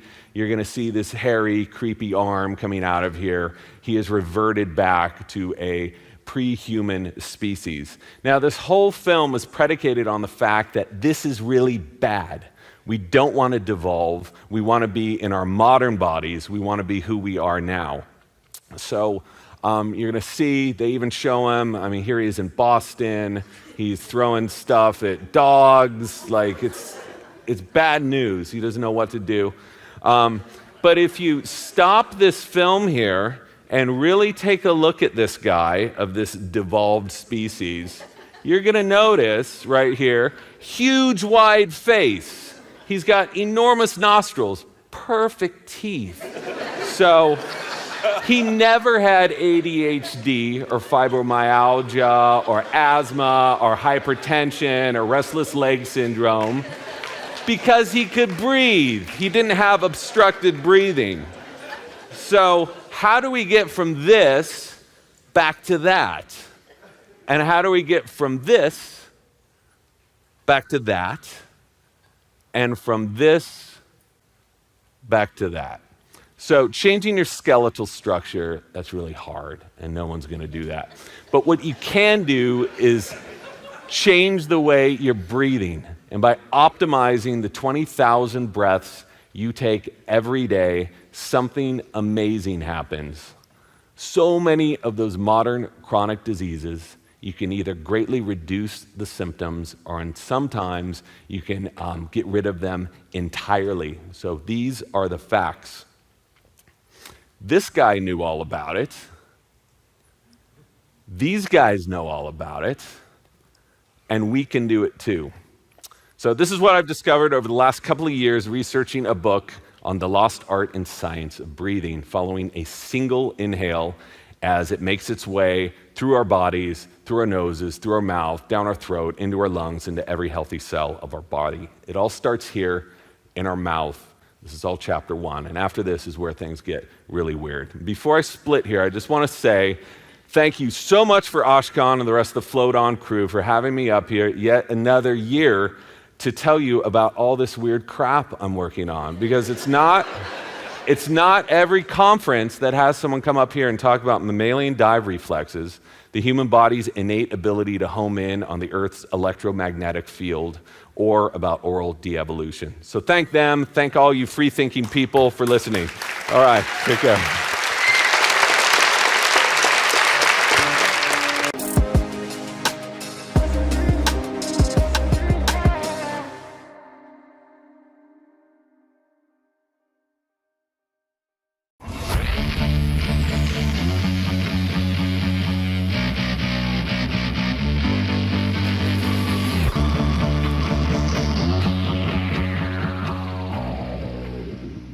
The following 10 rules, which are based on decades of research, aim to demonstrate that the standard way to teach children math is counterproductive because it focuses on symbols. To be able to think mathematically, however, means not to think in symbols, but to learn to think in relationships. Math can't be taught. Just like we can't learn ping pong from watching videos, children can't learn math from reading textbooks or listening to a teacher. Instead, they learn math by doing math, ideally with real objects, because only when they do math, relationships are constructed right where math happens, in their heads. It happens in the head. Whatever is on paper is merely a representation of mathematical thinking that happens in the brain. Just like musical notes, what is on paper is just a representation of music that actually happens when someone plays the piano. To be a good musician, it's not enough to be able to read the notes. We also need to practice a lot. The same is true for math, which is why practicing mental arithmetic is so important. Math needs years of practice. This becomes clear when we look at how children learn to understand a number, say 8. Not the symbol 8, but the idea of the quantity of 8. To internalize this seemingly simple idea, children need a lot of practice in 2 skills. First, they need to learn how to create order, and then, later on, how to create hierarchical relationships. Let's look at order first. Construct order. When 4-year-olds learn to count, most have trouble ordering objects in their heads if the things they count are unevenly distributed. Sometimes they skip objects, then they count the same ones twice. To do it right, children have to learn how to construct order in their heads. This seems easy, but actually takes our brains a lot of practice. Once children learn to order objects in their heads, they can put them in relationships. Hierarchical relationships. As children construct order, they count the objects as follows: 1, 2, 3, 4, 5, 6, 7, and 8. As they do that, the number 8 represents the 8th place in the order. In other words, 8 always includes 1, 2, 3, 4, 5, 6, 7. The idea of 8 is therefore a hierarchical relationship between the 8th object and all those preceding it. If we don't learn to do this sort of abstraction by doing lots of math in our heads, we won't be able to form a solid foundation for arithmetic. After building them, children need to learn to break relationships apart again. We can see how hard this is when we present a 5-year-old an image of 6 dogs and 2 cats, and then ask, are there more dogs or more animals? While most adults who see the full picture find this question odd, a 5-year-old typically just answers, more dogs. When you ask further, more dogs than what? The child replies, than cats. In other words, if you ask, are there more dogs or more animals, the child hears, are there more dogs or more cats? At age 5, most kids didn't practice enough math to break hierarchical relationships apart while still remembering the whole. This happens because once the child has to cut the whole into parts, for them, at that moment, the whole no longer exists. They have not yet constructed the concept of 8 without thinking of it as a sum of its parts. So when they divide the animals into cats and dogs, all they can think of are 2 parts of which one looks larger. The idea of 8 is then forgotten. To also think about all animals would require 2 opposite mental actions. First, divide the whole and then put it back together. A mental process that most 5-year-old children precisely can't do. Only by age 7, most children can see the whole and keep its abstraction in their heads and still divide the sum in its parts. Experiences precedes language. As we demonstrated, it takes a child a lot of mental training and hands-on experiences to form the concept of a number. At the age of 5, we can build a simple row of 8, later form 8 square, then 8 root. Only once we have constructed number concepts inside our heads can we effectively learn how to express them with images, symbols, and language. Math can be expressed in different languages. 100,000 years ago, we used objects to express our mathematical thinking. Later, we used images. Around 1,000 years ago, we began to reduce images to Arabic numeral symbols. In future, we might replace symbols with bits or express math in graphic simulations or games. In other words, while math thinking always happens in our heads, the language that represents our thinking is evolving. Most people don't have math but language problems. We know, for example, that 11-year-old unschooled street vendors are often highly proficient in complex money transactions but incapable of doing paper and pencil arithmetic. This phenomenon, known as street mathematics, shows that when smart kids struggle in school, they often just can't express their thinking in symbols. Their brains can do math but have language problems. One way to solve this is to do it your way. Just like nobody ever learned to speak a language just by learning the rules of grammar, nobody learns math by memorizing the rules of how to arrange numbers and symbols in order to find the right answer to a problem. Whenever we do that, we stop constructing fundamental principles inside our heads.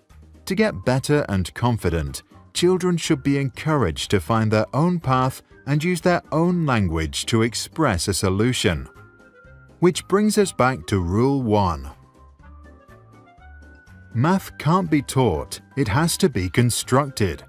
If we want to learn math, we have to do math in our heads, ideally with real-life experiences. Later, we replace the objects with abstractions, such as language, symbols, or whatever the future might bring. The ideas presented in this video are based on the work of Jean Piaget, Constance Camille, Keith Devlin, Georgia de Clark, and Jerome Bruner, who all contributed immensely to the body of work and research on how children and adults learn math. If you want to get better at math today, join Keith Devlin from Stanford University and over 100,000 students from all around the world in his free course on Thinking Mathematically. See the descriptions below for more details and links for the research.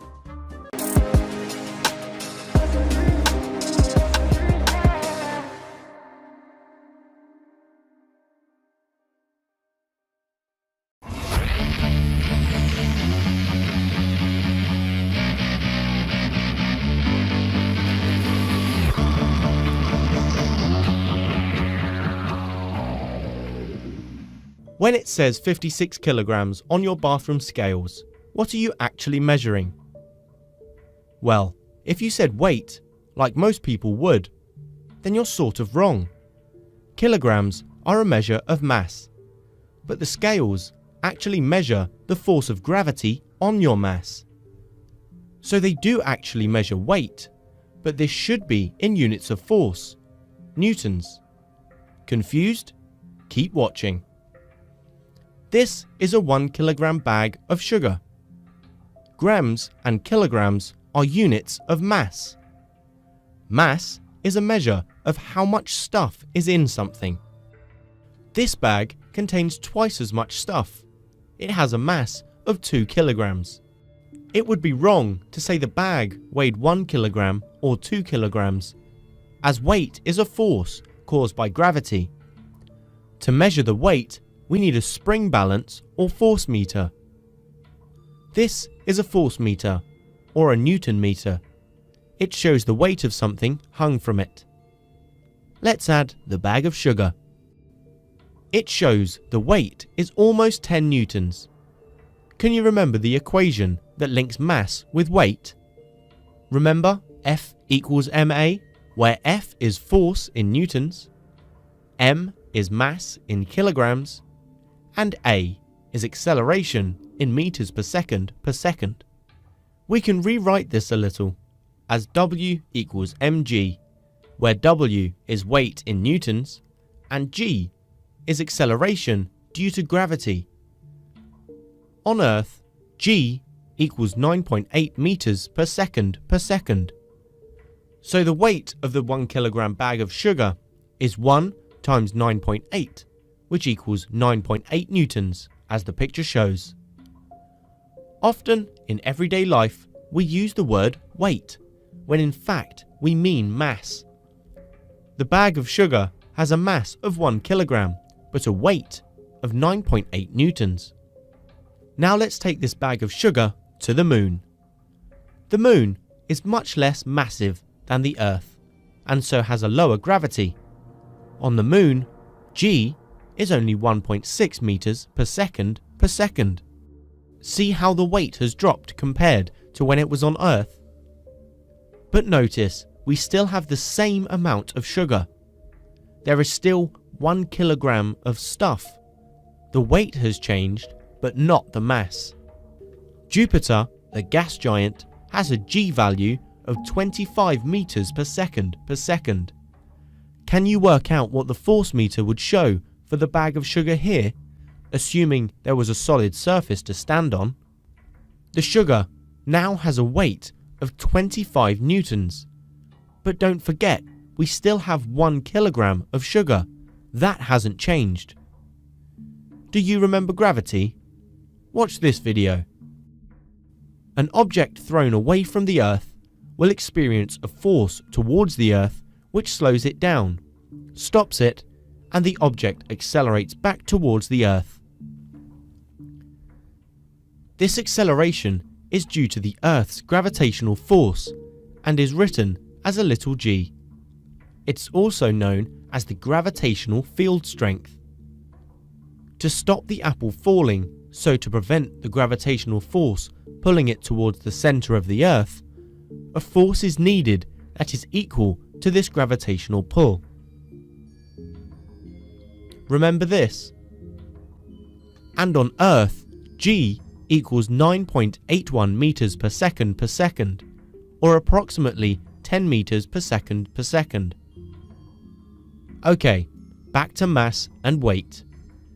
Remember that mass is a measure of the amount of stuff in an object and gives a measure of how difficult it is to get moving or to stop it. It never changes. For example, my mass on Earth is 56 kilograms. On the Moon, I would still have a mass of 56 kilograms. The acceleration due to the Earth's gravity is measured in meters per second, or it can be measured in newtons per kilogram, as it's a force exerted on a unit mass. So let's now use this lovely equation to find my weight. Weight is the force due to gravity, and that depends upon the masses of the two objects that are attracted. On Earth, my weight is mass times gravity, so roughly 56 kilograms times 10, which is 560 newtons. But what about on the Moon? The gravitational acceleration on the Moon is only 1.6 meters per second. I hope you got 89.6 newtons. So, you would feel very light on the Moon, and if you try to walk, each step would send you leaping away from the surface. See how gravitational field strength changes on the surface of different planets. This is because the planets have different sizes and masses. The largest planet, Jupiter, with the greatest mass, has the highest gravitational field strength. My weight on Jupiter, if there was a solid surface to stand on, would be 1,400 newtons. And bathroom scales, which are calibrated in kilograms, would show I had a mass of 143 kilograms. You would feel very heavy, yet your mass would still be 56 kilograms. Just your weight would be 2.5 times more than on Earth. Now for Newton's apple. An apple with a mass of 100 grams is held in your hand to stop it from falling to Earth. What force do I need to prevent it from starting to fall? Take the acceleration due to gravity to be 10 meters per second. Pause the video and work this out. So the force is mass m times g, or 0.1 kilograms times 10. So the force of gravity on an apple is about 1 newton. And it was the falling apple that gave Isaac Newton the idea in the first place. How about that? And just remember, our mass always stays the same, but our weight can change. Maybe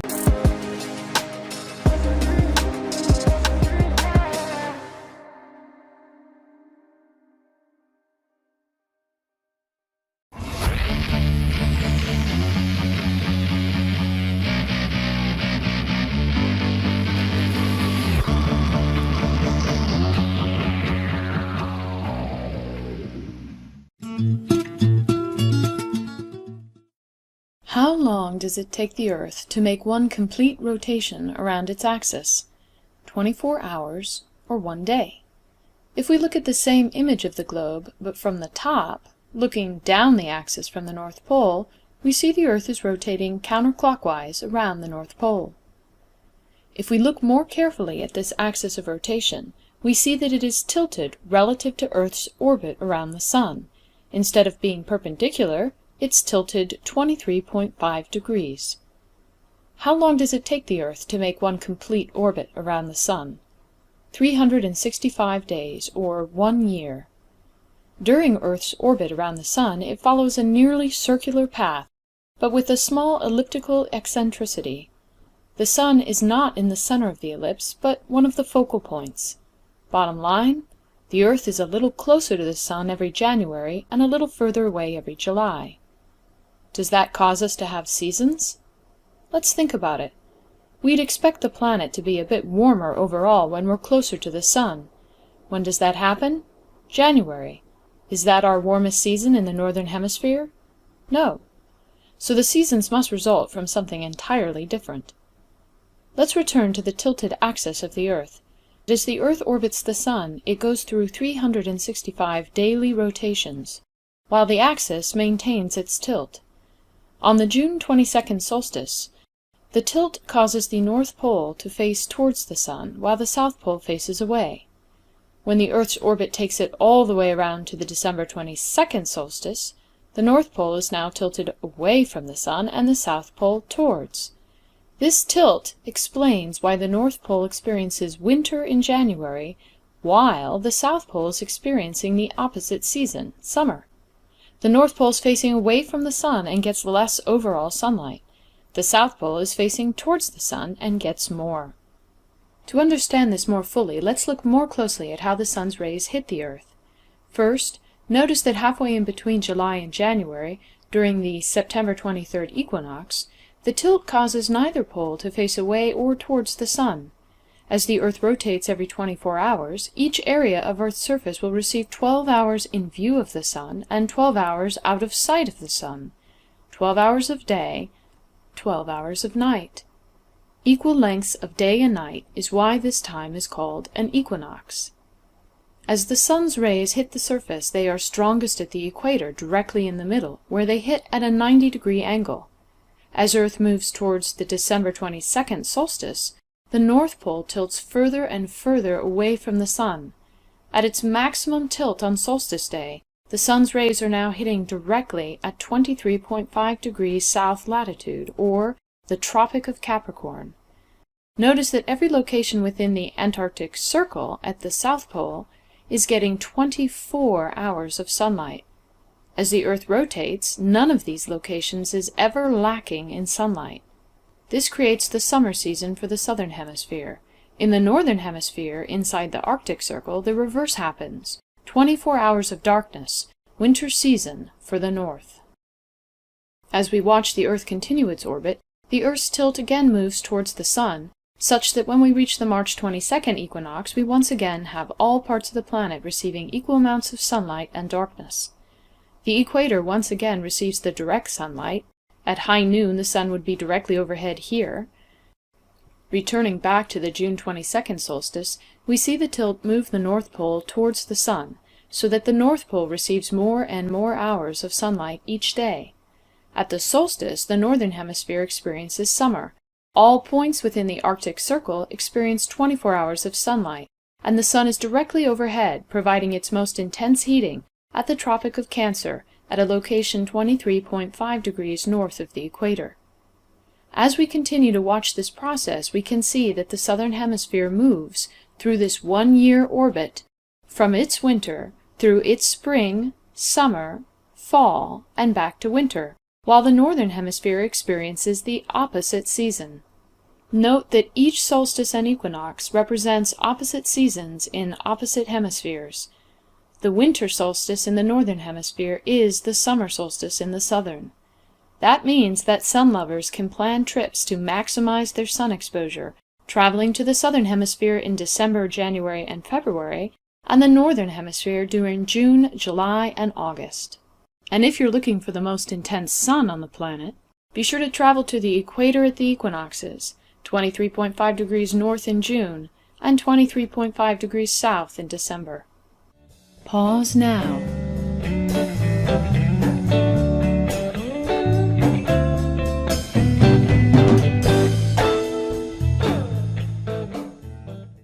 For For more information and more detail, continue on to the next video in this series.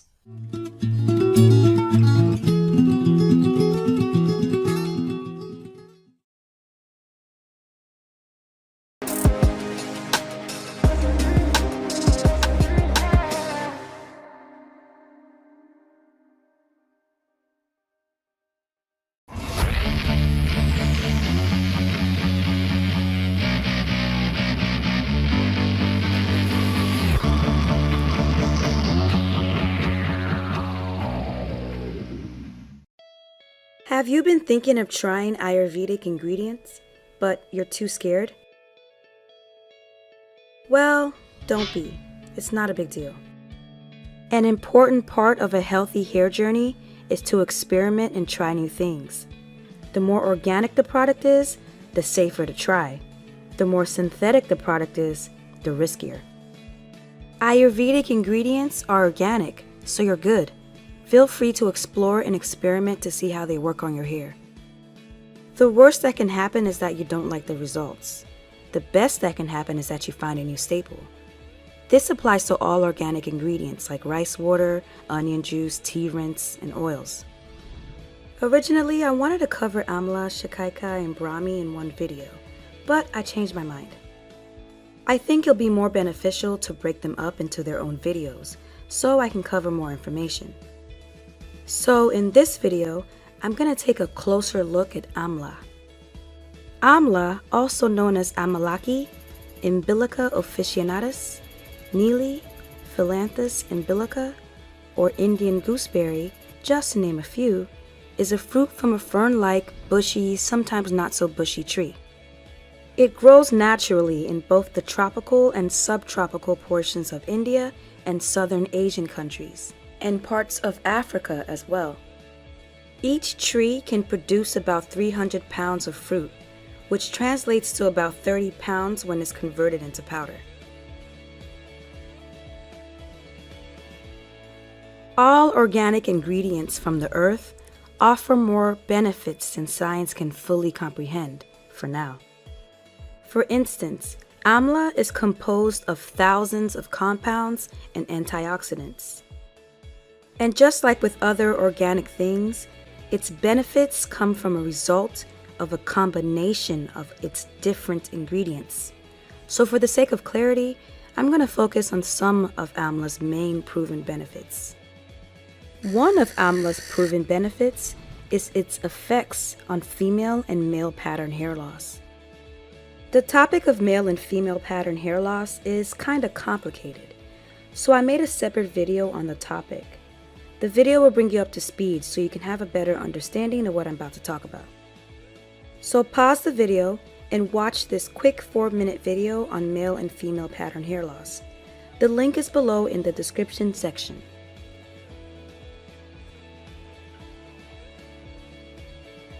So now I hope you understand all the current research theories out there on what causes male and female pattern hair loss. A study done on mice in 2009 revealed that Amla used topically helps block the 5-alpha reductase enzyme, which you know from this video, less 5-alpha reductase means less DHT, which means a substantial slowdown of male and female pattern hair loss. The study also showed that 1% of Amla in a solution increased hair follicle count 97.7%. And that 1% of Amla works better than 2% of Rogaine, which only increased hair follicle count just 50%. Amla also does a good job at reversing grays and making the color of your hair darker. Again, the research on why hair turns gray is kinda complex, so I made a separate video that goes over all the research behind it. It's a quick 5-minute video, so pause this video and watch it to get a clear understanding of why hair turns gray.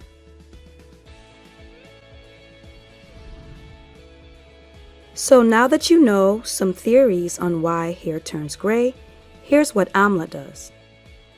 A study done on rats showed that Amla raised levels of catalase and other antioxidant enzymes, which, as you know from this video, increased levels of catalase in your hair follicles means reduced levels of hydrogen peroxide, which means a buildup of melanin and a restoration of your naturally dark hair color. Amla also contains a large amount of ascorbic acid, or vitamin C, about 600 milligrams to 1800 milligrams in every 100 grams of amla to be exact, which makes a great antimicrobial and anti-inflammatory agent. It's also really good at speeding up the healing process of wounds and cuts on your scalp by stimulating collagen growth tissues. For hair strands, it can help flatten and improve the overall quality of your cuticle layers. But just as a precaution, too much vitamin C can be really drying and make your hair feel brittle and crunchy, so it's best not to use a concentrated amount of amla on your hair too often. There's a few ways to prepare amla to use on your hair. Some people prefer to make amla oil, and some people prefer to make amla paste. So I'm going to show you how to make both and give you some helpful tips. I'm also going to compare the pros and cons of the paste versus the oil and do an on-camera experiment to compare how both work. Let's start with making amla oil with the simmer method. What you'll need is a stainless steel double boiler, amla powder, and an oil of your choice. I'm using a herbal hot oil treatment because of its added medicinal and lubricating benefits. Mix 1 cup of amla powder to 2 cups of oil in the top pan. As this sits, add water to the bottom pan and bring it to a boil. Once the water starts boiling, turn the heat down to a low simmer and place the pan with the amla oil mix on top. I prefer this method because the indirect heat safely stimulates the amla to release more of its magic and infuse better with the oil without damaging it or burning it. Let it sit in a low simmer for an hour to an hour and a half. You're going to have to stir it around from time to time, so put a timer on a 15-minute interval so you don't forget to check on it. After an hour or so, turn off the heat and let it cool. After it's cooled, strain the oil into a glass jar. You're left with a really potent medicinal oil that you can use directly on your scalp, hair, and skin, or mix into any of your DIY recipes. Now here's how to make the amla paste using the mix method. What you'll need is a mixing bowl, mixing tool, amla powder, warm water, and an oil of your choice. Again, I'm using the herbal hot oil treatment for its added complexity and lubrication benefits. Mix 1 cup of amla powder with 1.5 to 2 cups of warm water. It's really about preference. I used about 1.5 cups of water to get this consistency. Then add a 1/3 cup of an oil of your choice. It's best to use warm water and not cold water for 2 reasons. First, warm water will help stimulate the amla powder to release its magic into the solution. And warm water breaks the powder down better to give it a smoother consistency, which is important because a smoother consistency ensures that the paste clings onto your hair and absorbs better. So make sure to mix it up real good. I also like to let it sit for an hour or 2, maybe even overnight, to give the micronutrients time to get to know each other. Now let's do a little experiment to take a closer look at the differences. I'm going to use amla oil on one side of my head and amla paste on the other side as my conditioner step. Of course, start with freshly washed hair. Make sure to use a paper towel to soak up the excess water so it doesn't repel the oil. Among other many benefits amla offers to your scalp, it also does a really good job at tightening the pores your hair strands grow out of. Which is a good thing because tighter pores means less things can get caught in between and obstruct hair growth. So make sure to focus the amla oil and amla paste on your scalp and dedicate a minute or 2 to massage it in. After that, coat your hair strands with it. For both methods, you can wear a shower cap and sit under a hooded dryer for 30 minutes, or wear a shower cap and a thermal cap for about an hour. After rinsing them out, the first thing I noticed is how reinforced my hair feels. Amla does a really good job at binding to each hair strand really well and making them feel protected. In fact, even after rinsing it out, my hair felt so coated that I definitely did not have to add any more products to it. All I had to do was retwist, and that's it. If you haven't tried Amla yet, I want to give you as much information as possible to decide which method to try first. So here's an overview of the pros and cons of Amla oil and Amla paste. Vitamin C is not soluble in oil, so its content in Amla oil is lower than in Amla paste. But due to the simmer infusing process, overall the oil is still really potent. Comparing the two, the paste was definitely a lot more challenging and messier to use. It also took extra effort to rinse it out of my thick, dense hair. What I like most about the oil is that it makes your hair feel protected and can be stored in a cool, dry place for up to a year. It can also be used as a leave-in and in other DIY recipes.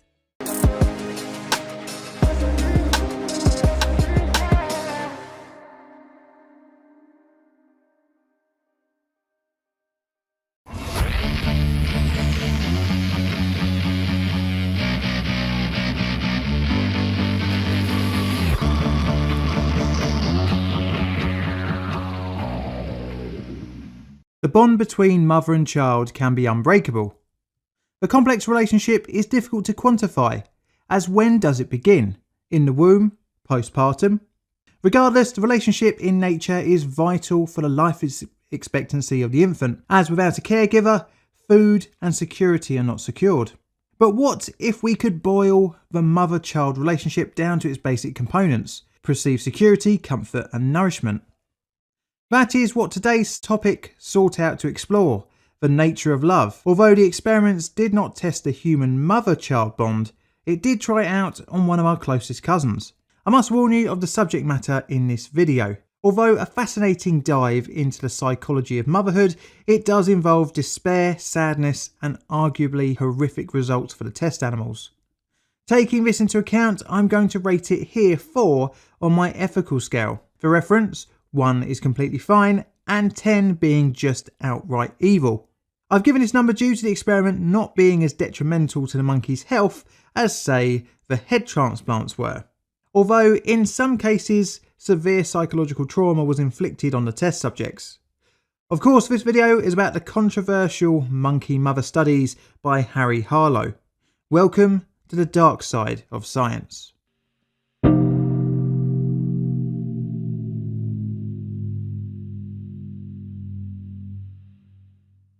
In 1981, the scientific community mourned the passing of a psychologist whose studies became a fascinating and sometimes controversial dive into animal psychology. Before we get into the experiments in the late 1950s, our story starts in Fairfield, Iowa in 1905 with the birth of Harry Israel, the third of 4 brothers. In 1924, he began to study psychology at Stanford University, being taught by a couple of notable scientists, one of whom would shape the young psychologist's future career. During his university career, Israel was under the watchful eye of Lewis Terman, developer of the Stanford Binet IQ test. He received his PhD in 1930, and under the advice of his mentor, Harry changed his last name from Israel to Harlow. Harlow started working at the University of Wisconsin-Madison.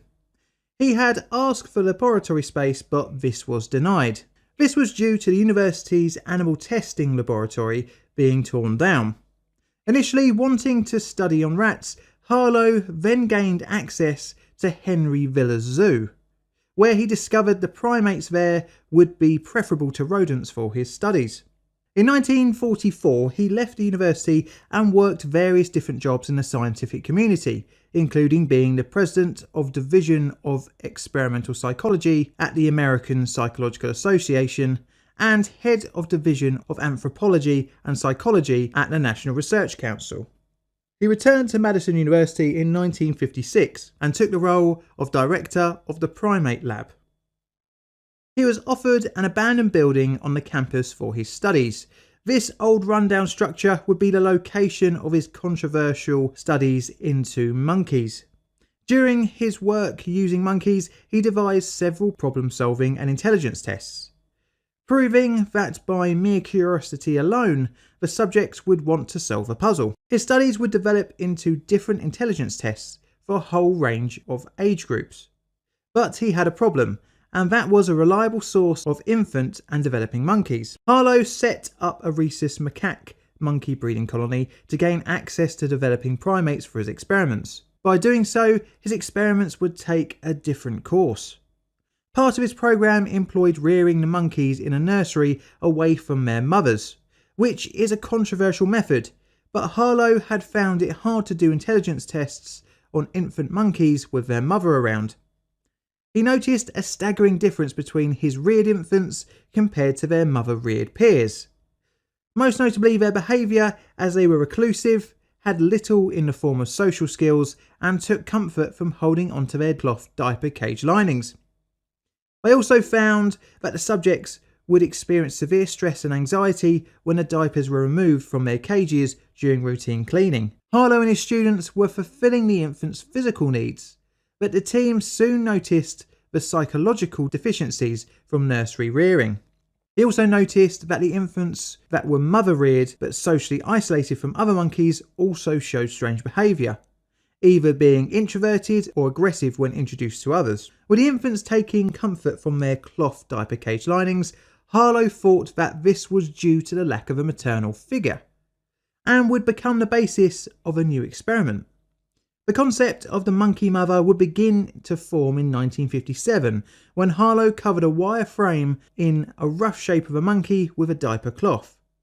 The new test apparatus was thought to be the minimum requirement for a rhesus monkey in terms of contact comfort. Now this leads us on to the monkey mother experiment and Harlow's famous paper, The Nature of Love. Harlow set out to study the development of affectional responses of neonatal and infant monkeys to an artificial inanimate mother.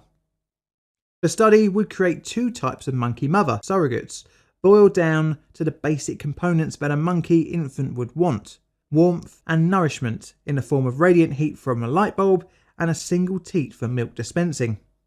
The first mother was a wire frame formed in a way to be adequate to provide postural support and nursing capability.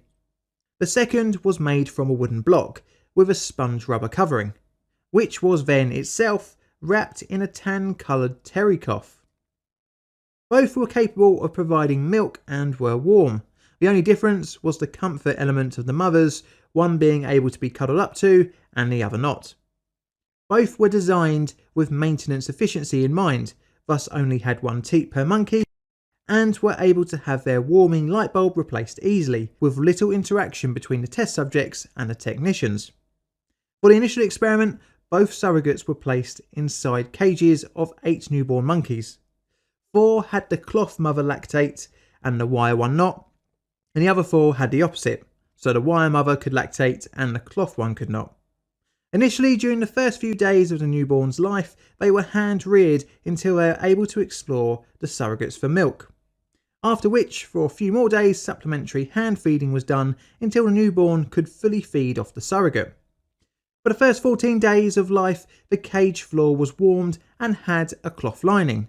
On the 15th day, the comfort flooring was removed and the proper experiment began, with the amount of time on each mother recorded. The monkeys were free to go to either mother if they so chose, with the lactating cloth mother unsurprisingly spent most of the time on their surrogate, using her as a source of affection and comfort. What was interesting though was the group that had the lactating wire mother. As the monkeys got older, they spent less and less time on their feeding surrogate and instead went to the cloth mother for comfort. During the experiment, it was seen in the long term that the monkeys with the wire mother that could feed would increasingly spend more time, up to 18 hours a day, on their cloth surrogate, spending on average under 1 hour per day on the one that could give them food. This meant that the infant monkeys were preferring the contact comfort and perceived affection. In all cases, regardless of which one provided the milk, the monkey would prefer the cloth mother for cuddling, proving that at least in the study that the mother-baby bond wasn't just created from nursing, but instead the capability for love, and that it overwhelmed any other variable. Another 8 monkeys were used as controls for the experiment, with each not having a choice of wire or cloth, instead 4 having a lactating wire mother and the other 4 having a lactating cloth mother only. Both control groups were roughly the same weight by the end of the study, meaning the wire monkey was said by Harlow himself biologically adequate but psychologically inept. But there was one difference, and that was in their poo. You see, the control wire only mother group had softer stools, hinting at psychosomatic issues. Harlow now sought out to test the bond between infants and surrogate by introducing the element of fear. In all cases of dual surrogate, the subjects preferred to go to the cloth mother when something scary happened. What was interesting was after a little bit of time to clinging onto their cloth mother, the infants actually became confident enough to confront the scary object.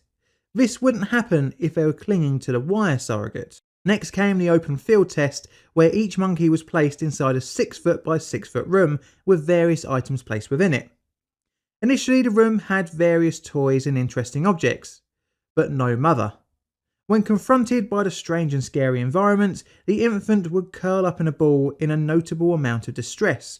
When a wire mother was introduced, no change was seen. But when the cloth mother, regardless if it had reared the infant, was introduced, the monkey would go to her for comfort, and after a while would then have the confidence to explore. Even if an obstacle was placed between the monkey and the cloth mother, the infant would make a beeline for her. A control group that had not had any contact with a cloth mother before was used in the open field test, and the monkeys would be paralysed with fear regardless of the presence of a surrogate, but would eventually get some comfort from the cloth mother after several sessions in the test room.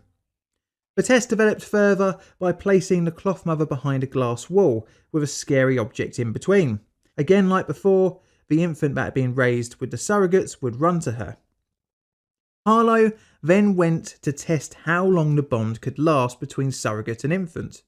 Some of the monkeys were removed from their cloth mother after 6 months and placed in a cage of their own.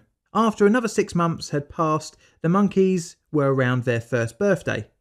They were placed inside the original dual surrogate cage, and the infant would go straight to the cloth mother. The same results were also shown in the open field test, when a monkey would still run to its cloth mother for comfort in a scary and new environment. This meant that the test subjects remembered the comfort that they got from their mother and reverted back to their pre-isolated state. To further test the bond difference between control and surrogate monkey groups, another machine was devised called the flight box. The test rig had a scary object placed in one end behind a removable wall. The monkey would be placed in the middle of the box with 2 passages in front of it, one to a cloth mother and another to a hiding spot out of view from the fear stimulus. The results were rather predictable. When the scary object was revealed, the surrogate raised subjects would seek comfort from their cloth mother, whereas the control monkeys would run and hide down the other passage. Now, the monkey mother experiments helped to prove the link between comfort and security in infants, and how it was preferred over nourishment, which feels today like an obvious statement, but if it wasn't for the experiments like this, then we would still have a slightly harsh view towards child rearing. The studies did have a dark side, and that was the socially and emotionally deprived test subjects, which by modern standards feels wrong. Just looking at the fear in the monkeys' faces makes me sad. As a parent, I can see the sadness similar to a human child, and it makes me want to go, pick up the monkeys, give them a cuddle, and tell them everything is going to be okay.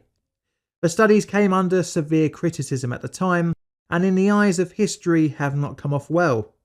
One major mistake of the experiments was that the link in behaviour between human babies and rhesus babies was a bit tenuous. This was because although human infants grab to their primary caregivers, they do not rely on contact comfort as much as a monkey does. You see this in young children that are happy to play on their own and be pushed around in prams, whereas monkey babies are transported by clinging onto their mothers, relying more heavily on contact for survival. There are many more variables which are not addressed in Harlow's work, especially when it comes to human-child caregiver bonds. For example, financial, societal and cultural variables, which some of these elements are not factors in the society of the rhesus monkey. The social and maternal deprivation of the test subjects caused panic and anxiety disorders, which further added to the suffering of the heavily social-based rhesus monkeys. When introduced to other monkeys that had a more maternal upbringing, were socially stunted and showed signs of severe distress when in contact with their peers. Harlow's studies and others like it are cited as being a fuel in part of the animal rights movement in the United States.